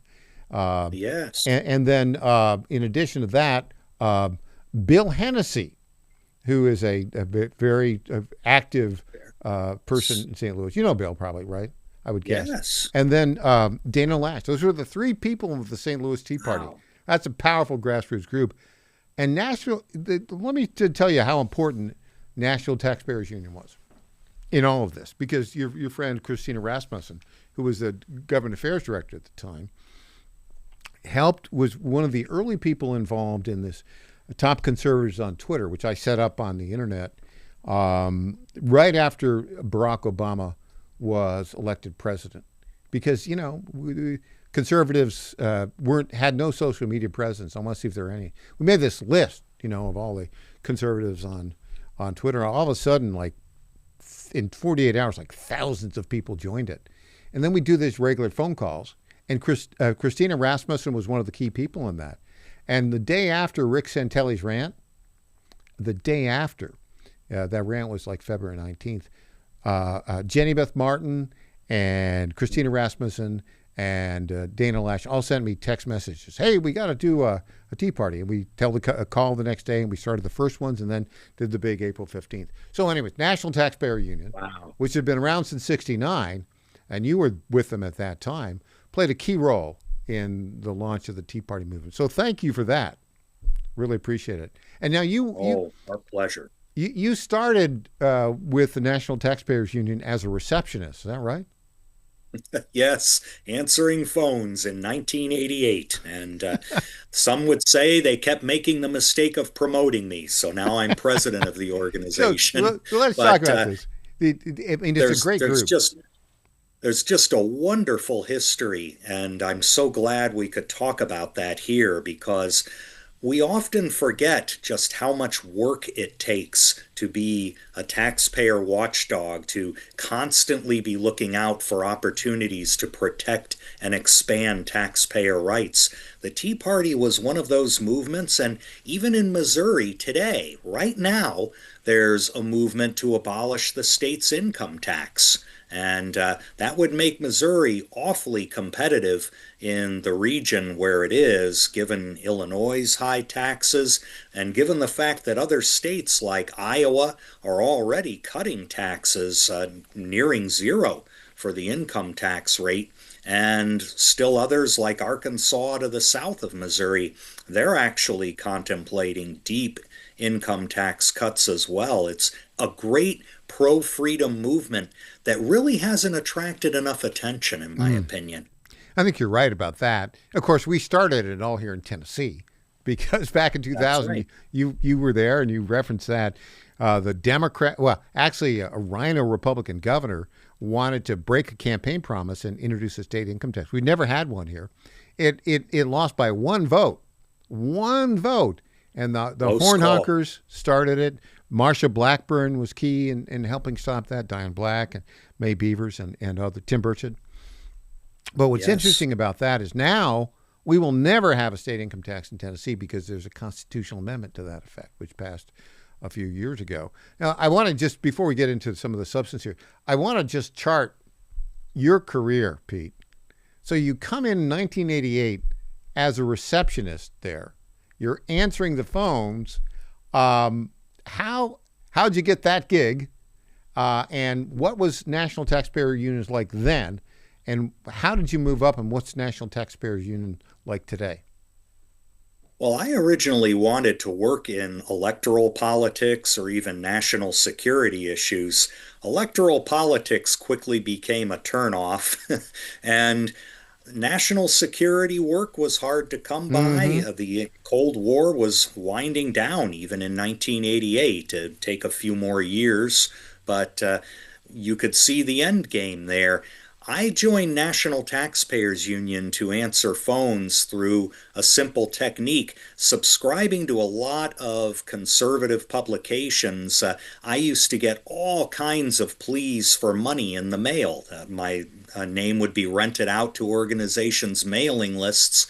And since I wanted a job in Washington, I took every organization's name and address that sent me a request for money, and I sent them back my resume. National Taxpayers Union, at the time, their executive vice president, David Keating, called me one night and said, "Hey, we got your resume. I'd like to talk to you about a low-level job." And I said, "Well, I don't care what level it is. Tell me where and when, and I'll be there." And that's how I began at the organization. Now, David Keating went on to very significant prominence in the conservative movement, I think, didn't he? Yeah.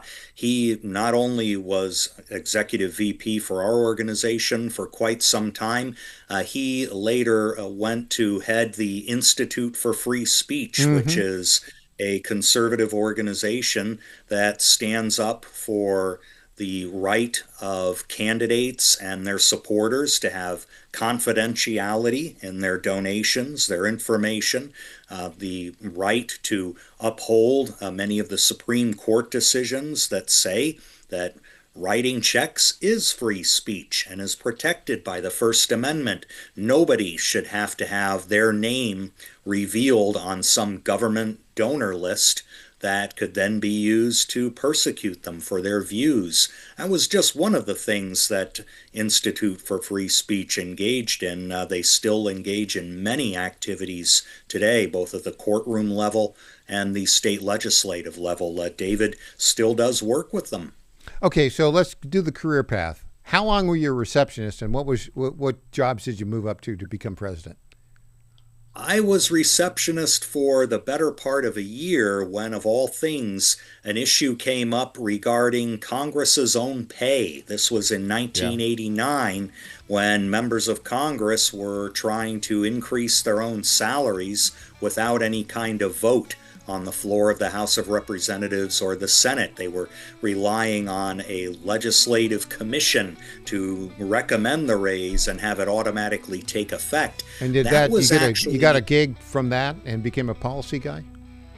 Yeah, that's okay, right. When we come back, we'll take a brief 3-minute break. When we come back, you've got a terrific article here up at NTU on credit scores, government blunder, and taxpayers wondering. Let's talk about that with Pete Sepp of the National Taxpayers Union when we get back.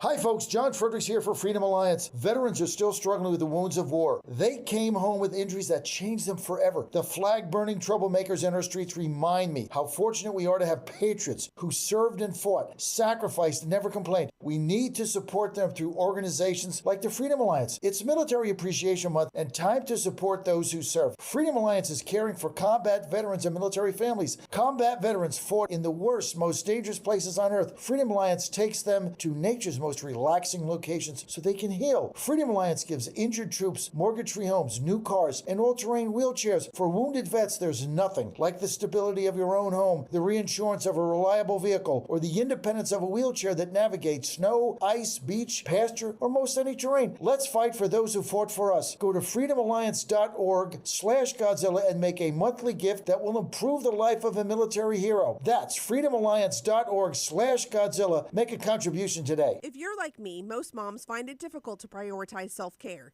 Hi, it's Colleen, Program Director at the John Fredericks Media Network. With the demands of programming 13 radio stations, it's easy to forget about the things I should do for myself daily. And that's why I started with our company's Women's Challenge with Native Path Collagen Peptides. It's affordable and convenient care in just 1 scoop a day. There are so many incredible health benefits like bone and joint support, metabolism booster, and hair, skin, and nail improvement. I like to take a moment each day to prioritize myself and indulge in the health-boosting benefits of Native Path Collagen Peptides. I love mixing it up with all the different smoothie recipes, too. Learn more about Native Path Collagen Peptides and read 7 important reasons why you should be taking collagen peptides at getnativepath.com/Godzilla.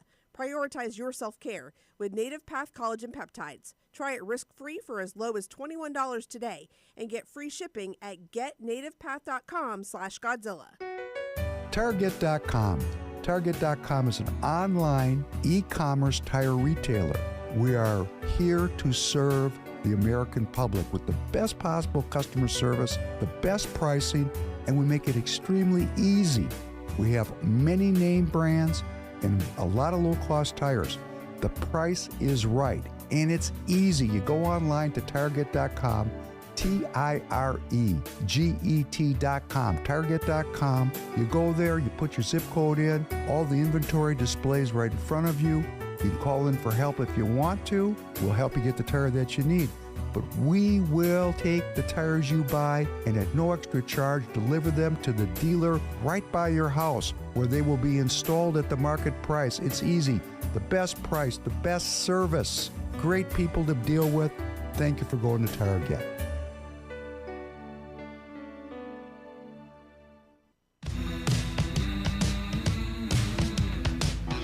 Welcome back to the Michael Patrick Leahy Show. Now, here's Michael Patrick Leahy. We are rejoined by the president of the National Taxpayers Union on the web at ntu.org, Pete Sepp. Pete, you have a terrific article on the NTU, National Taxpayers Union blog. It's about credit scores. Now, tell us what's going on with credit scores. Everybody knows a credit score. Most people know what their credit score is.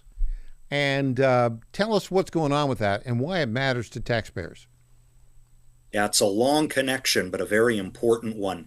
Let's go back very quickly to the days of 2008, the subprime mortgage crisis. Well, Fannie Mae and Freddie Mac, which are called government-sponsored enterprises, provide mortgage-backed securities. In other words, they bundle mortgages into these securities that then are tradable.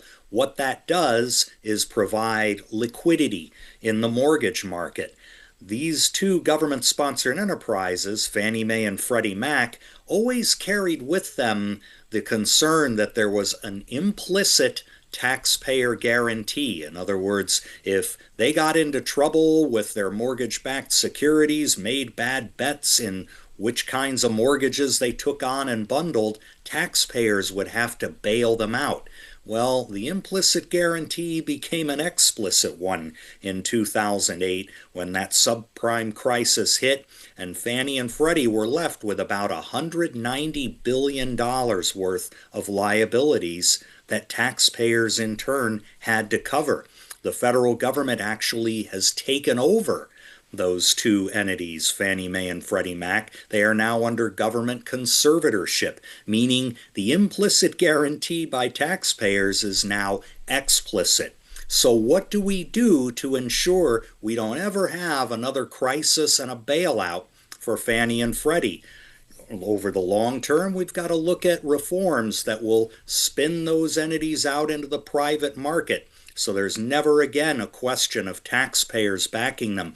But in the meantime, we've got to have good predictive tools that will sound the alarm bell if Fannie and Freddie are making bad bets in their practices. Credit scores are one of those vital tools for measuring risk. And recently, there's been a lot of activity going on with the federal agency called the Federal Housing Finance Agency that is supposed to regulate and oversee Fannie Mae and Freddie Mac. They're in the middle of transitioning in the credit score models from the classic FICO model, which with a lot of people are familiar. Everybody knows their FICO score. I mean, not everybody, That's right. But a lot. If you're going to buy a house, you know your FICO score. That's right. And now, unfortunately, we have a lot of extraneous goals coming into the credit score arena. The FHFA that I just spoke about has approved Vantage Score 4.0 to be used as an alternative credit score to the new FICO 10T. In fact, the government is mandating this competition, not because we necessarily want an improved view of accuracy and risk. There are political goals actually at work here. And a recent report, a bunch of documents that were made public thanks to the Housing Policy Council, that shows that the FHFA is no longer serving the interests of taxpayers and working to ensure safety and soundness. Rather, they want to enforce this dual score competition to get more people into houses. It says it right in a Freedom of Information Act request that this Housing Policy Council made. It says, FHFA finds the improved accuracy of the new models will allow the GSEs to sustainably expand access to credit for borrowers with less robust credit histories. The translation there, we want more people to get more loans, even if their previous credit record doesn't look too good, and somehow these two scores are going to be able to justify it, especially Vantage Score 4.0. That's a big mistake. You don't meddle with the predictive tools that are supposed to protect taxpayers here. So the FICO score is pretty straightforward. How much debt do you have?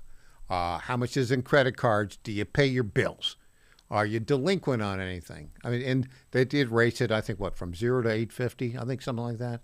Yes. And if you're like over 700, you're in good shape. But if you're under 500, you're in deep trouble. The problem came back in 2007, 2008. They were given, I think, loans to people with like credit scores of 500 or something terrible like that. And you knew they were going to default on it, but they got the loans. What's the difference between the FICO? What's the difference between the FICO score and this Vantage Score 4.0? What additional stuff do they add? Well, Vantage Score claims that they take longer and deeper looks into credit histories involving things like medical debt and other features of a borrower's financial history that they say will allow more borrowers to qualify for a government-backed loan. Well, the problem is it might very well do that, but does it predict risk of default better? Well, the answer is it's pretty negligible. The fact is, 3 organizations now, the American Enterprise Institute, the Urban Institute, and Milliman have all studied side by side the new FICO as well as Vantage Score. They don't find a whole lot of difference in the risk predictability. So if there's not a great deal of difference in how these tools predict risk, why force Fannie Mae and Freddie Mac to use both scores and qualify more people? Well, I think the answer there is that Vantage Score just lets more borrowers in under the wire, and that means more risk. And I am very concerned, so are many other taxpayer advocates, people in the lending industry, that we're doing this to achieve some political goal rather than improve the view of risk in the system. So the Federal Housing Finance Agency is headed up by this fellow, Bill Pulte, B.U. Pulte. Trump picked him. Bill's relatively young, it seems to me. I don't know how much experience he has. I think he comes from a family that has a lot of experience in housing. But why did he make this decision to bring this competition between these two different credit scoring systems? Well, the original decision was prompted by a law that Congress passed in 2018 saying that the FHFA had to hold a process for evaluating credit score models. Well, okay, Vantage Score 4.0, which is owned by the 3 credit reporting bureaus, essentially lobbied Congress for that. Okay, Bill Pulte's predecessor, Sandra Thompson, under the Biden administration, approved Vantage Score 4.0 and FICO 10T to be the dual credit scoring models that the GSEs would have to use. Well, Bill Pulte comes along under this administration and says, well, you know what? I'm going to modify that, and Classic FICO and Vantage Score 4.0 are what Fannie and Freddie will use in the system. That's thrown another wrench into the way that the lending industry is trying to view housing finance right now. I don't think that actually brings clarity to the process. It actually brings more confusion. And so you have both the Biden administration and the Trump administration creating this environment where I think we have less stability, less certainty, and more risk. I think we need to pull back here, especially given this recent treasure trove of documents that the Housing Policy Council received, and say, we need to get back to basics. The purpose of credit scores is not to increase the supply of mortgages. It is to accurately predict the risk of default in mortgages. If Congress wants to have more people in houses, all right, subsidize it or provide lower interest rate loans, whatever. As a taxpayer organization, we're going to speak up about that, but at least that's honest and transparent. Doing it this way by having a credit score system that promotes gaming, no. So that is going to be a disaster. So your advice to Bill Pulte would be to drop the Vantage Score 4.0 and go back to classic FICO? I think that the GSEs themselves, Fannie and Freddie, said in these documents that were received by Freedom of Information, go ahead with FICO 10T, don't go with FICO 9, don't go with Vantage Score 4.0.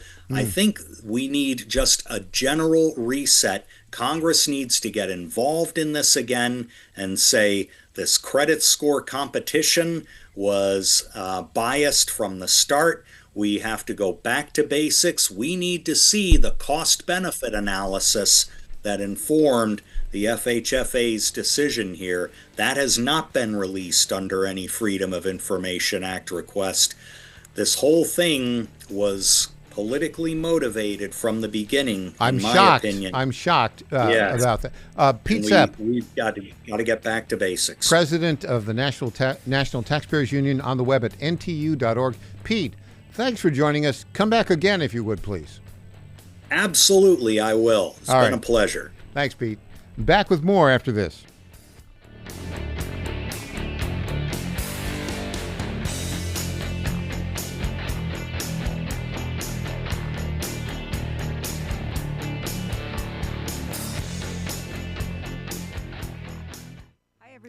EJ Host here, founder of the Digital Footprint Management Agency and frequent guest on the Michael Patrick Leahy Show, here to tell you about GetFoundEverywhere.com. Customers are searching for your business everywhere: Google, Apple Maps, TikTok, and new AI platforms like ChatGPT and Gemini, which is a total disruptor.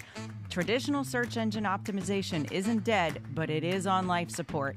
Old tactics don't work anymore. So how can you make your business stand out? GetFoundEverywhere.com makes your business pop on over 50 search, map, review, and AI-driven platforms. With one easy dashboard, manage business profiles, social media accounts, direct messages, even texts and reviews. GetFoundEverywhere.com is affordable, boosts your visibility, and gets your business more customers. It's time to step up your game the easy way. Save time, save money, and get more customers with GetFoundEverywhere.com. This is State Senator Mark Pody. Government is limited to what it is supposed to do. One of the things that is critical that we're supposed to be working on is transportation. Here in Middle Tennessee, our roads need more help. As your state senator, we are focused on getting more money reoccurring without a new tax increase for our roads here in Tennessee. This is State Senator Mark Pody.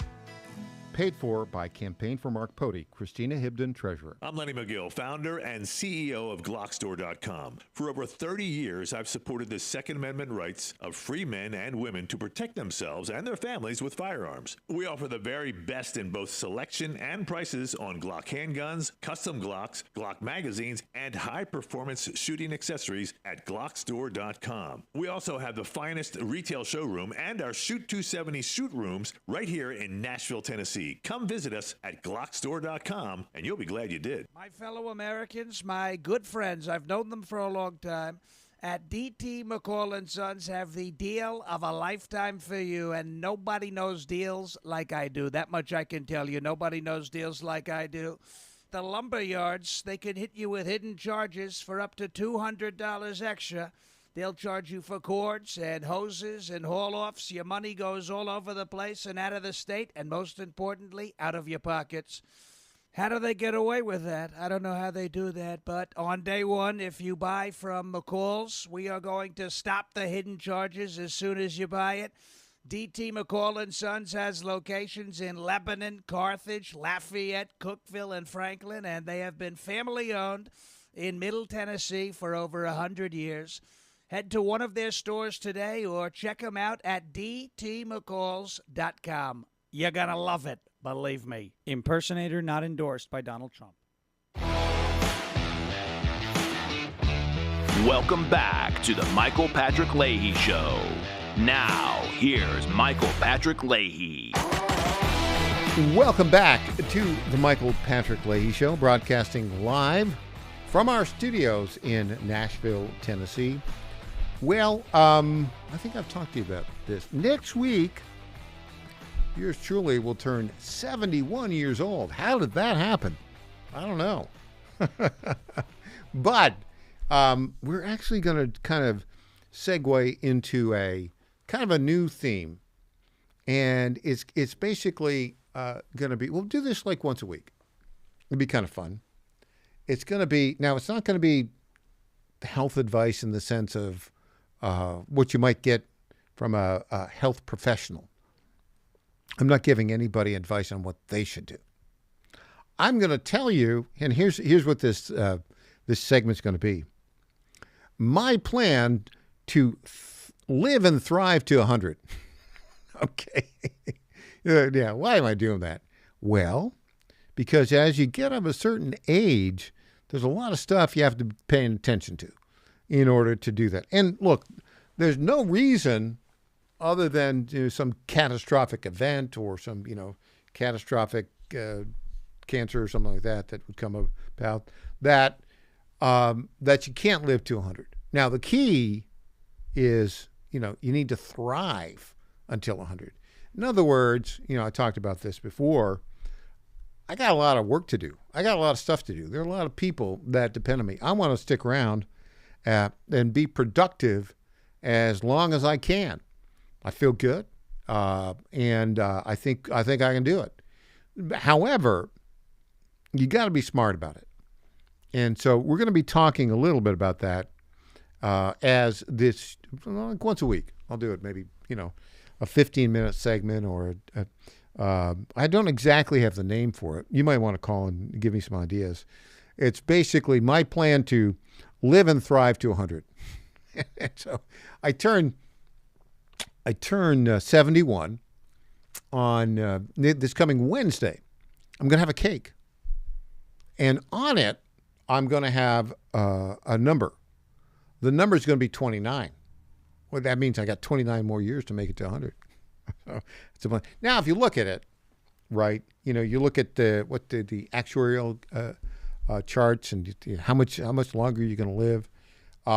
When you're 71, you got a different, expected lifespan than when you're 17, right? When you're 17, if you're like 17 today, you think, oh, well, you run the numbers, you figure out your gender, your overall health, and you'll typically have a life expected lifespan. I don't know, until like 85 or something like that. 80, let's say 80. If you made it to 17, well, that's a long horizon, isn't it? That's like 63 years.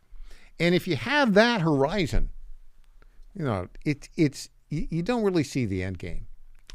Sorry to say, when you get 71, you realize, oh gosh, I've lived more years than I will live in the future.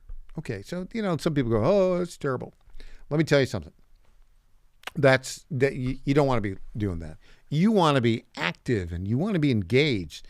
An example of that is our good friend Roger Simon, one of the best writers in America, who is 82 years young. And how does he do it? Well, he watches his diet, he takes care of his health, and he plays tennis. He's been playing tennis for like 70 years, maybe even longer. And he's pretty good at it. So that's part of it. Now, I want to kind of go through some of these things in this segment about that. Let's go with Brooke Rollins. This is important. And it's a little bit of like the Maha movement with Robert F. Kennedy Jr. I'll talk about him in a little bit. And how you can change your stars, change your life expectancy. But, he's been promoting, good food. And I think we've got the Secretary of Agriculture here, Brooke Rollins, talking a little bit about that. I think this is the new food group. Let's go with Brooke Rollins. We are moving out into the country, of course, for us at USDA, working with the schools, the school lunches, completely changing the way that we do food stamps in America. I don't know that you and I have talked about it, but right now we've already approved 18 states that they cannot, the people that are using food stamps or the SNAP program cannot use those to purchase sodas, junk food, et cetera, which before it's kind of crazy that they could.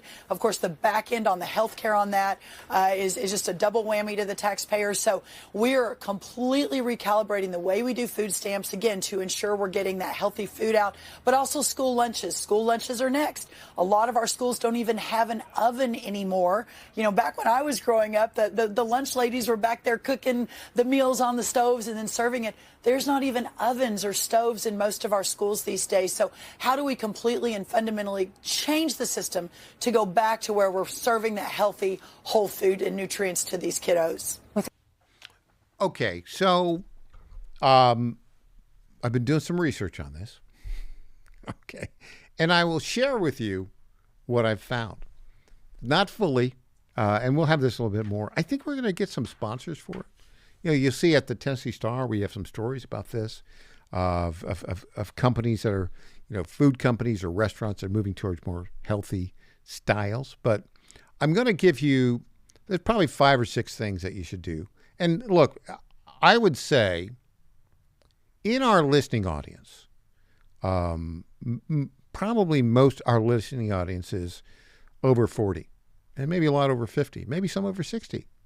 And so this is stuff that you're going to want to pay attention to. By the way, if you want to call in, our number is 615-814-2848, 615-814-2848. The topic this segment is my plan to thrive and live to 100.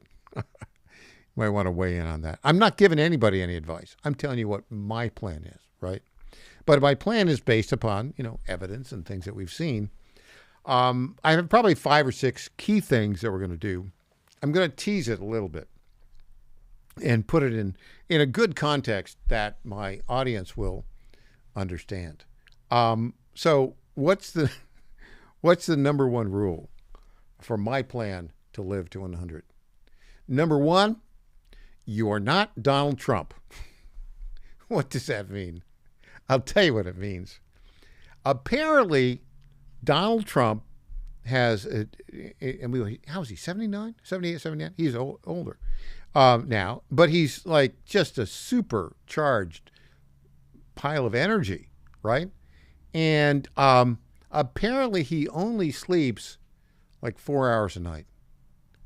You are not, my advice to him is, I'm not Donald Trump. 4 hours is not going to cut it. And this is all the research that I've gotten.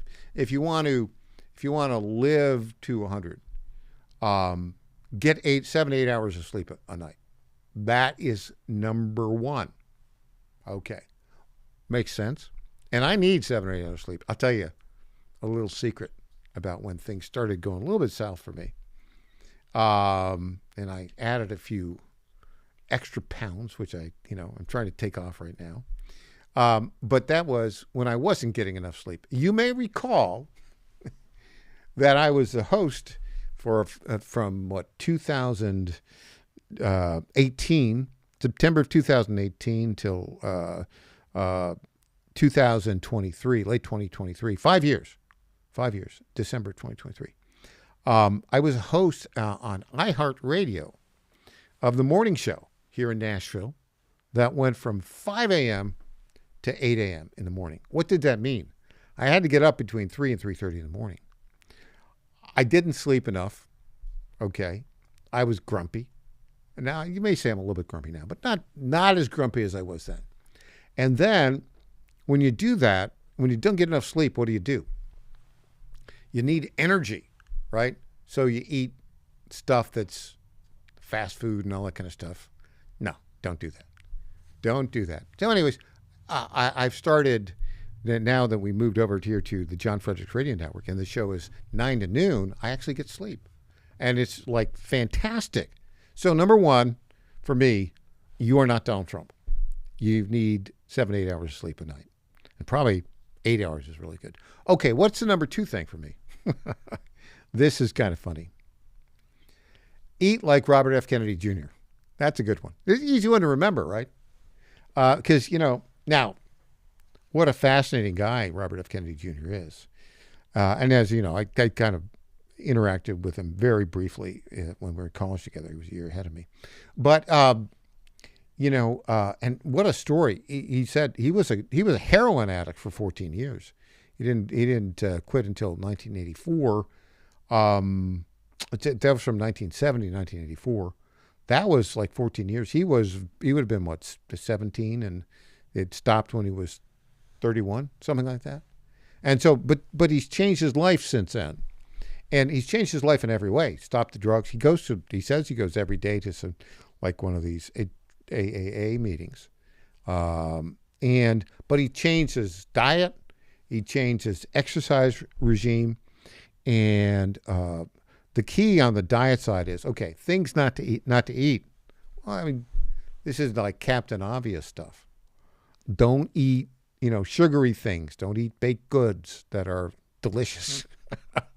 Stay away from all that stuff.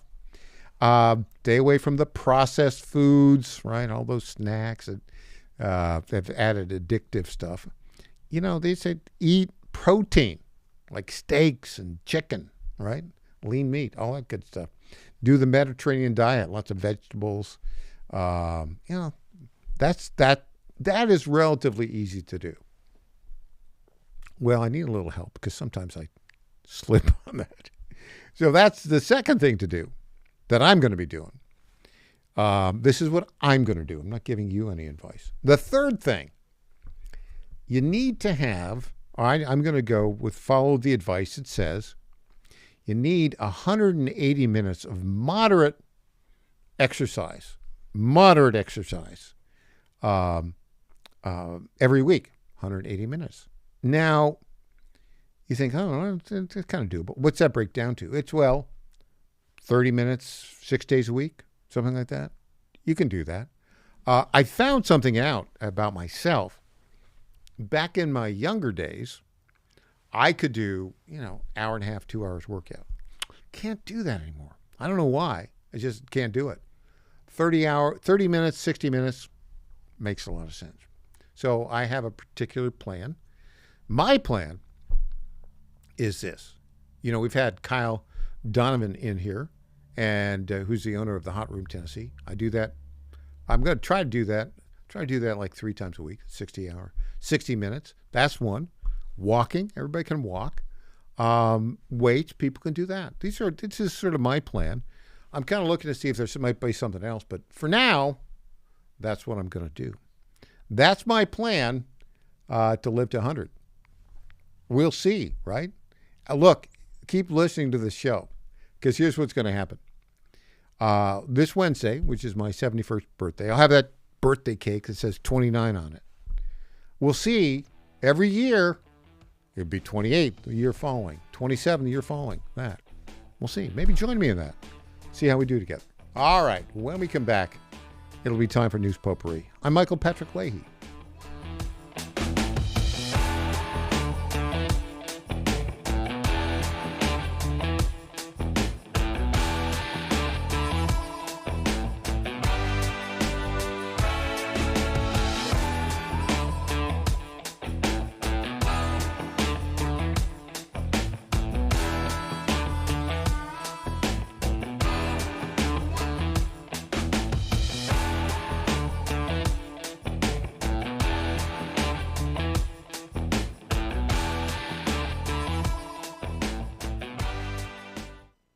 Tom Carmichael, CEO of Soul Tea, a supplement to help you have a healthier heart and stronger cardiovascular system. At Soul Tea, we regularly get emails from our customers telling us how Soul Tea has helped them. Like this one from Kelly. Hello, I'm 58 years old and have had high cholesterol for years. I wanted to stay away from prescription drugs. My husband and I have been using Soul Tea for about 13 months. My results have been amazing. My cholesterol levels went from 291 to 129. I am so impressed with Soul Tea and want to thank you. Now, in my own case, my bad cholesterol dropped from 130 to 89, and that was 20 years ago. I'm 75 years old and I take 0 prescription drugs. To get a great deal on Soul Tea, please go to GodzillaHeart.com, and when you check out, use the code Godzilla to get our best deal, which is 50% off your first shipment and then 3 bottles for the price of 2 thereafter. You don't have to live with a broken heart. Do you suffer from Try declining Solti bone and joint today. health? Hi, it's Tina with the John Fredericks Media Network. And when I heard about our company's Women's Challenge, I jumped on the opportunity to test this amazing supplement that's already restoring my bone density, soothing my joint pain, and helping me regain lost mobility. I've experienced so many benefits in such a short time with Native Path Collagen Peptides because they support my bones and joints, boost my metabolism, and unleash the most radiant skin and hair since my 20s. In just 2 weeks, my knee stiffness is gone, and I'm already hitting the gym more aggressively. And I get so many compliments on my glowy skin and shiny hair. Native Path Collagen Peptides are so easy to take. They're tasteless, odorless, and mix great with my morning coffee. Read thousands of 5-star reviews at getnativepath.com/Godzilla. Level up your self-care with Native Path Collagen Peptides. Try it risk-free for as low as $21 today. And get free shipping at getnativepath.com/Godzilla. In 2008, the amount of concentrated time people could spend on a task without becoming distracted was 12 seconds. 5 years later, it was only 8 seconds, 1 second less than a goldfish. If you're often distracted or have trouble recalling information, you're likely to fall behind in the demanding, fast-paced 21st century. In other words, brain performance is more critical now than ever. Boost your brain power with Healthy Cells Focus Plus Recall. Science-backed nootropics to help you sharpen focus, concentrate longer, enhance recall, improve mental speed, learn rapidly, and be more alert. It's a pill-free brain supplement made with maximum absorption ingestible gel technology, designed to feed your brain at the cellular level. Take it for a test drive. Go to healthycell.com and use code GODZILLA for 20% off your first order of Focus Plus Recall. That's healthycell.com, code GODZILLA for 20% off. Welcome back to the Michael Patrick Leahy Show. Now, here's Michael Patrick Leahy. And welcome back to the Michael Patrick Leahy Show, broadcasting live from our studios in Nashville, Tennessee. Well, folks, it's that time of day again. It's time for News Potpourri. Yes, ladies and gentlemen, News Potpourri. This is the portion of the program where we talk about those stories that are of note, don't necessarily merit a full segment, and may have a touch of irony. Elon Musk has plans for the moon. Let's see this clip right now. I really want to see the mass driver on the moon that is shooting AI satellites into deep space. It's going like shoom, shoom, just one after the other. I can't imagine anything more epic than a mass driver on the moon and a self-sustaining city on the moon, and then going beyond the moon to Mars, going throughout our solar system, and ultimately being out there among the stars and visiting all these star systems. Maybe we'll meet aliens. Maybe we'll see some civilizations that lasted for millions of years, and we'll find the remnants of ancient alien civilizations. But the only way we're going to do that is if we go out there and we explore. And this is the path to making it happen. There's a guy worth $800 billion. Yes, let's go out. He sounds like he's, Captain Kirk from Star Trek, right? But look, I think it's a good thing. I don't think we're going to meet any aliens, but okay. Explore. I'm all for that. All right, let's go to more stories here. This is interesting right now. The USS Gerald Ford, which is the biggest, one of the biggest carriers in the world, is now being reassigned from the Caribbean to the Middle East. Why do you think that is? I wonder.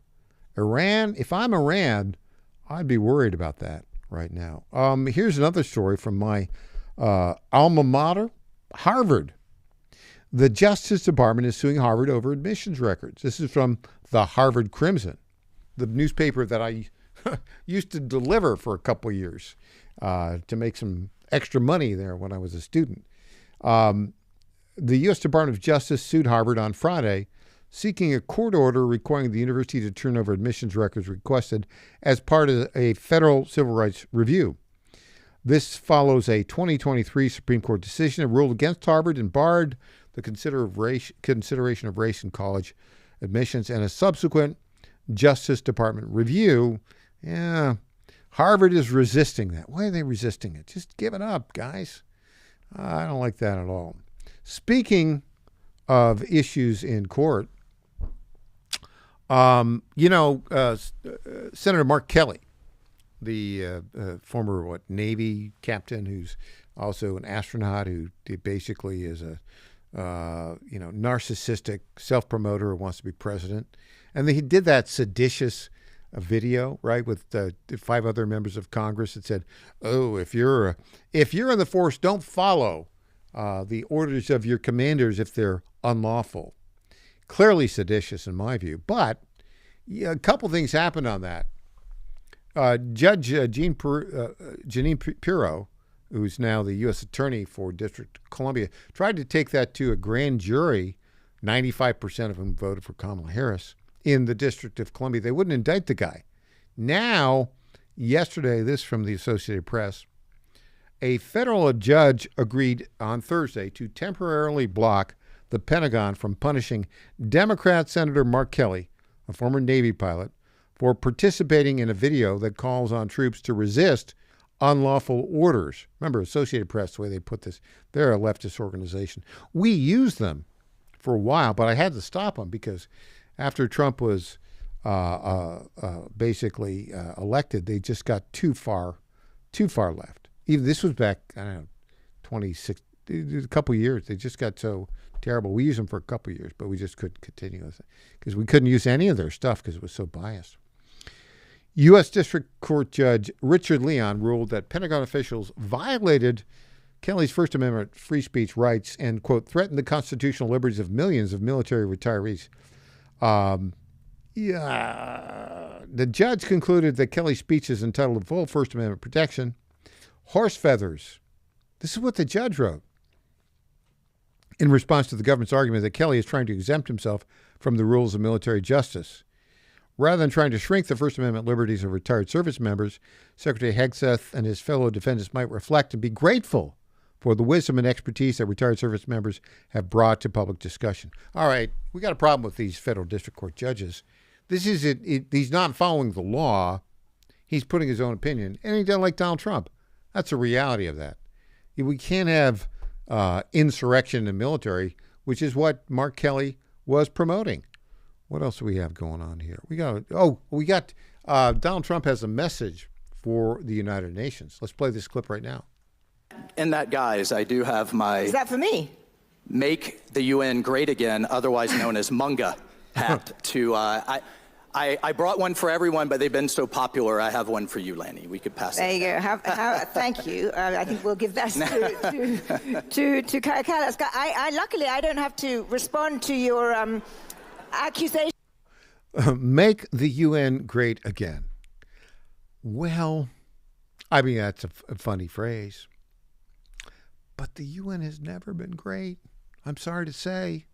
It was set up to, promote freedom and liberty and end wars, but it's been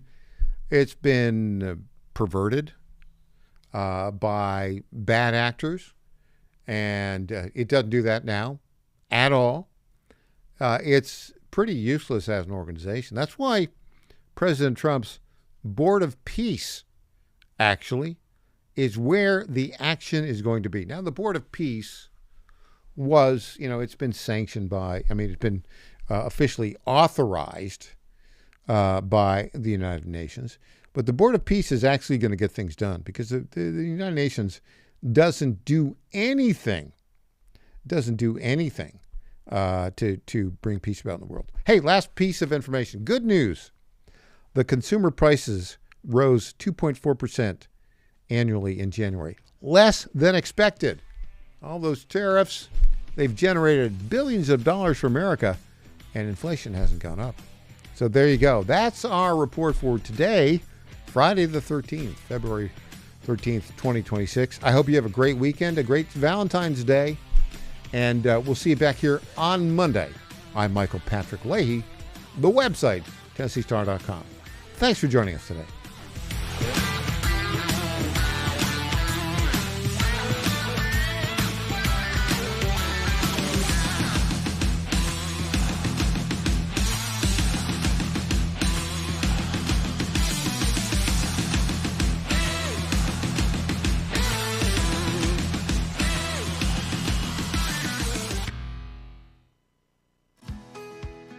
This is State Senator Mark Pody. Government is limited to what it is supposed to do. One of the things that is critical that we're supposed to be working on is transportation. Here in Middle Tennessee, our roads need more help. As your state senator, we are focused on getting more money reoccurring without a new tax increase for our roads here in Tennessee. This is State Senator Mark Pody. Paid for by Campaign for Mark Pody, Christina Hibden, Treasurer. Hey there, it's Lenny McGill, founder and CEO of GlockStore.com. For over 30 years, I've supported our Second Amendment rights with GlockStore.com, the world's #1 source for Glock handguns, parts, and accessories. I also support accurate, unbiased journalism like The Michael Patrick Leahy Show. His team broke the Kilmar Abrego Garcia traffic stop and was the first to obtain that video. Independent journalism at its finest. Visit us at GlockStore.com. Listen to Michael Patrick Leahy and make America great again. FlatFeeNashville.com is a full-service real estate brokerage that charges homeowners a upfront flat fee of $999 to completely list, market, and sell your home. We are all about saving consumers money, saving that equity. Nobody should hire an agent and feel like when that agent walks in the door, that agent is more concerned about the down payment on their next Mercedes purchase versus saving the equity that those homeowners have worked hard for. I've spent my entire career in ensuring that the equity that people save and they put into their monthly mortgage every single month, as much of that as we possibly can goes back to them when they go to list and sell that home. The idea is to give homeowners the ability to really create generational wealth. FlatFeeNashville.com, FlatFeeNashville.com.